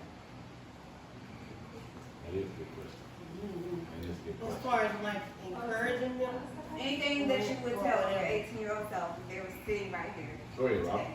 We can go around. There's, as a man who reflects daily on my day, and then I would probably reflect on my life more than I need to. At 18 years old, I look back, I tell my break, rely more on your faith. I didn't spend enough time relying on my faith. I thought I had all the answers. I thought I could rule the world myself. I thought I could be a good husband myself, a good father myself. I didn't need God. I didn't need my faith. If I had to tell anybody today at 18 years old, rely on your faith. there's any gift you can have more in life, is a strong faith. And I cannot express that more. Yeah. That's what I would tell myself at 18. And to piggyback on what I was saying, yeah, you allow me to face it. You know, go to church more and involve, going with different people that can encourage you to don't think that you know everything at 18, and because you wouldn't make the mistakes that you make, that I made. You know, so yeah, you have to put God, like Jacob said, in your life. And people that's 18 think they don't need God, and truly you need God more at 18 than you do at 50. So with that being said, and I thank God for watching over me to, to make it this far. But like Robert said, to be a better father, be a better brother, be a better husband, things of that nature. Because I didn't know, I was very selfish. So I thank God for my change in life, and so put God in your life. For me, I would say the way I was raised was bullshit. To be frank. That's response. That's my response. Yeah. So just from my culture, I'm from a small town. And just because great granddaddy, granddaddy, pawpaw, and daddy did it this way, don't mean that was the right way. That's right. So take that knowledge, and even though it's experience, don't necessarily take that as law or law. Take that and say, hey, let me educate myself and see, or find someone who can educate me and get outside of the box. That's right. That a lot of people, I'm gonna say in my age group demographic, we're inside of a box. And if you never go experience anything else in life, how do you know what is right and what is wrong? That's good. For me personally, it would probably be to kind of like you said, trust God. I tried to make things happen myself. I tried to be in control, and when I finally reached the point where I trusted God, I let go and let Him take charge. He's done things that I could never have asked for or dreamed of. But when I was trying to be in charge and make my own decisions and make my own destiny and make it happen the way that I thought it should happen, I was going backwards, not forwards. But the point of time at which when I hit 27 and God got my attention I resubmitted to His will in my life. It gets a whole lot easier when He's in charge and I'm not. First of all, wow. For myself personally, I would look at it, and that's a good 18. I would look at the 18-year-old version of myself. Number one, that I would definitely say to keep God first place. That's where we begin. And the second thing I would tell myself is, don't be in a situation to where you're worrying all the time. Worrying is actually living in the future. You're thinking about a future event that may never take place. And so I would tell myself, again, it starts with keeping God first place. And when you do that, that allows you not to worry. Because the moment we're worrying, God sits down and does this. But the moment you release it, He gets up and goes to work. So I would just tell myself to, just live your life, because our life is like a mist. You're here and then we're gone. And to always have, counselors of God, like for instance, for your work life, have a work counselor, have a person for your spiritual life. Have these individuals that are going to help you through these different seasons in your life, because we go through different seasons. We're all living in one right now. Every single one of us individually, personally. And so, but when you're cognizant of that and you're understanding the resources that you have in your life and within your path, it'll be a little bit more easier for you instead of taking things onto your own power, trying to figure things out. We weren't created to do that. That's the whole reason why you were born, and God knew you before you were in your mother's womb. He said, look, just you do your thing and let me be God and let me direct your steps. So for me, again, I would definitely just tell the young Alan, man, look, you got this. You know, you are ahead and not the tail, and I just be that way to myself. And just to build myself up, because at the end of the day, when it's all said and done, after all this stuff is gone, it's going to be you and your Creator at the end. Period. That's good. Well said. If I look back at myself at 18, I got a different feel on it, because I feel like Patrick, you know what I mean? Because certain things happened in my life that shouldn't have happened. Exactly. And it could have been avoided. Exactly. I mean, a lot of it could have been avoided. Exactly. But once I hit, if I look back at my 18-year-old self and all the things that I want to change and I would love to change and tell myself, it's hard, because if I change something at 18, I don't have something that I have now. Mm-hmm. You know, and what am I willing to lose that I have now that I gain because of my mistakes, in other words. That's right. So even though those mistakes was bad, they was hurtful, they was harmful, you know, it's hard to change or go back and tell him to change anything almost, because I don't want to lose. I don't want to lose my wife. I don't want to lose this child or that child, because they may not be here if I tell my 18-year-old self what not to do. Exactly. But if I could give him some advice, I would say slow down, and like everybody else, put God first, because I had many opportunities to not accept Jesus as Lord, because I did that at a young age, but I had many opportunities to turn my life around. And a lot of mistakes I made could have been avoided had I turned my life around a lot earlier than I did. You know, I should have been preaching at 24 instead of preaching at 45. You know, I could have, well, 57 now. But I could have started a lot earlier, and who knows where I would have been had I started at that point. But I wouldn't change nothing, but I would slow down a little bit. I slow down. I think about things. I live a more constructive, positive life, because there's some things I did just was foolish. It's just some things it was just foolish. Just thought I was enjoying life, and I wasn't enjoying life at all. That's right. So I would slow down, smell the roses, and be thankful for the little things in life that got me to where I am. Well said. Any questions? One last question for me and her? Okay, we did. He went. Yeah, I went. But yeah, to pick it back up, hold on a second, pick it back on that, everything happened for a reason. And I thank God for the men in my life, Robert, Patrick, Alan, Jacob, Pastor, because with good men around you, that makes you a better person. And that makes you want to do better. And that makes you feel good about yourself. But if you surround yourself with eagles. I knew it was coming.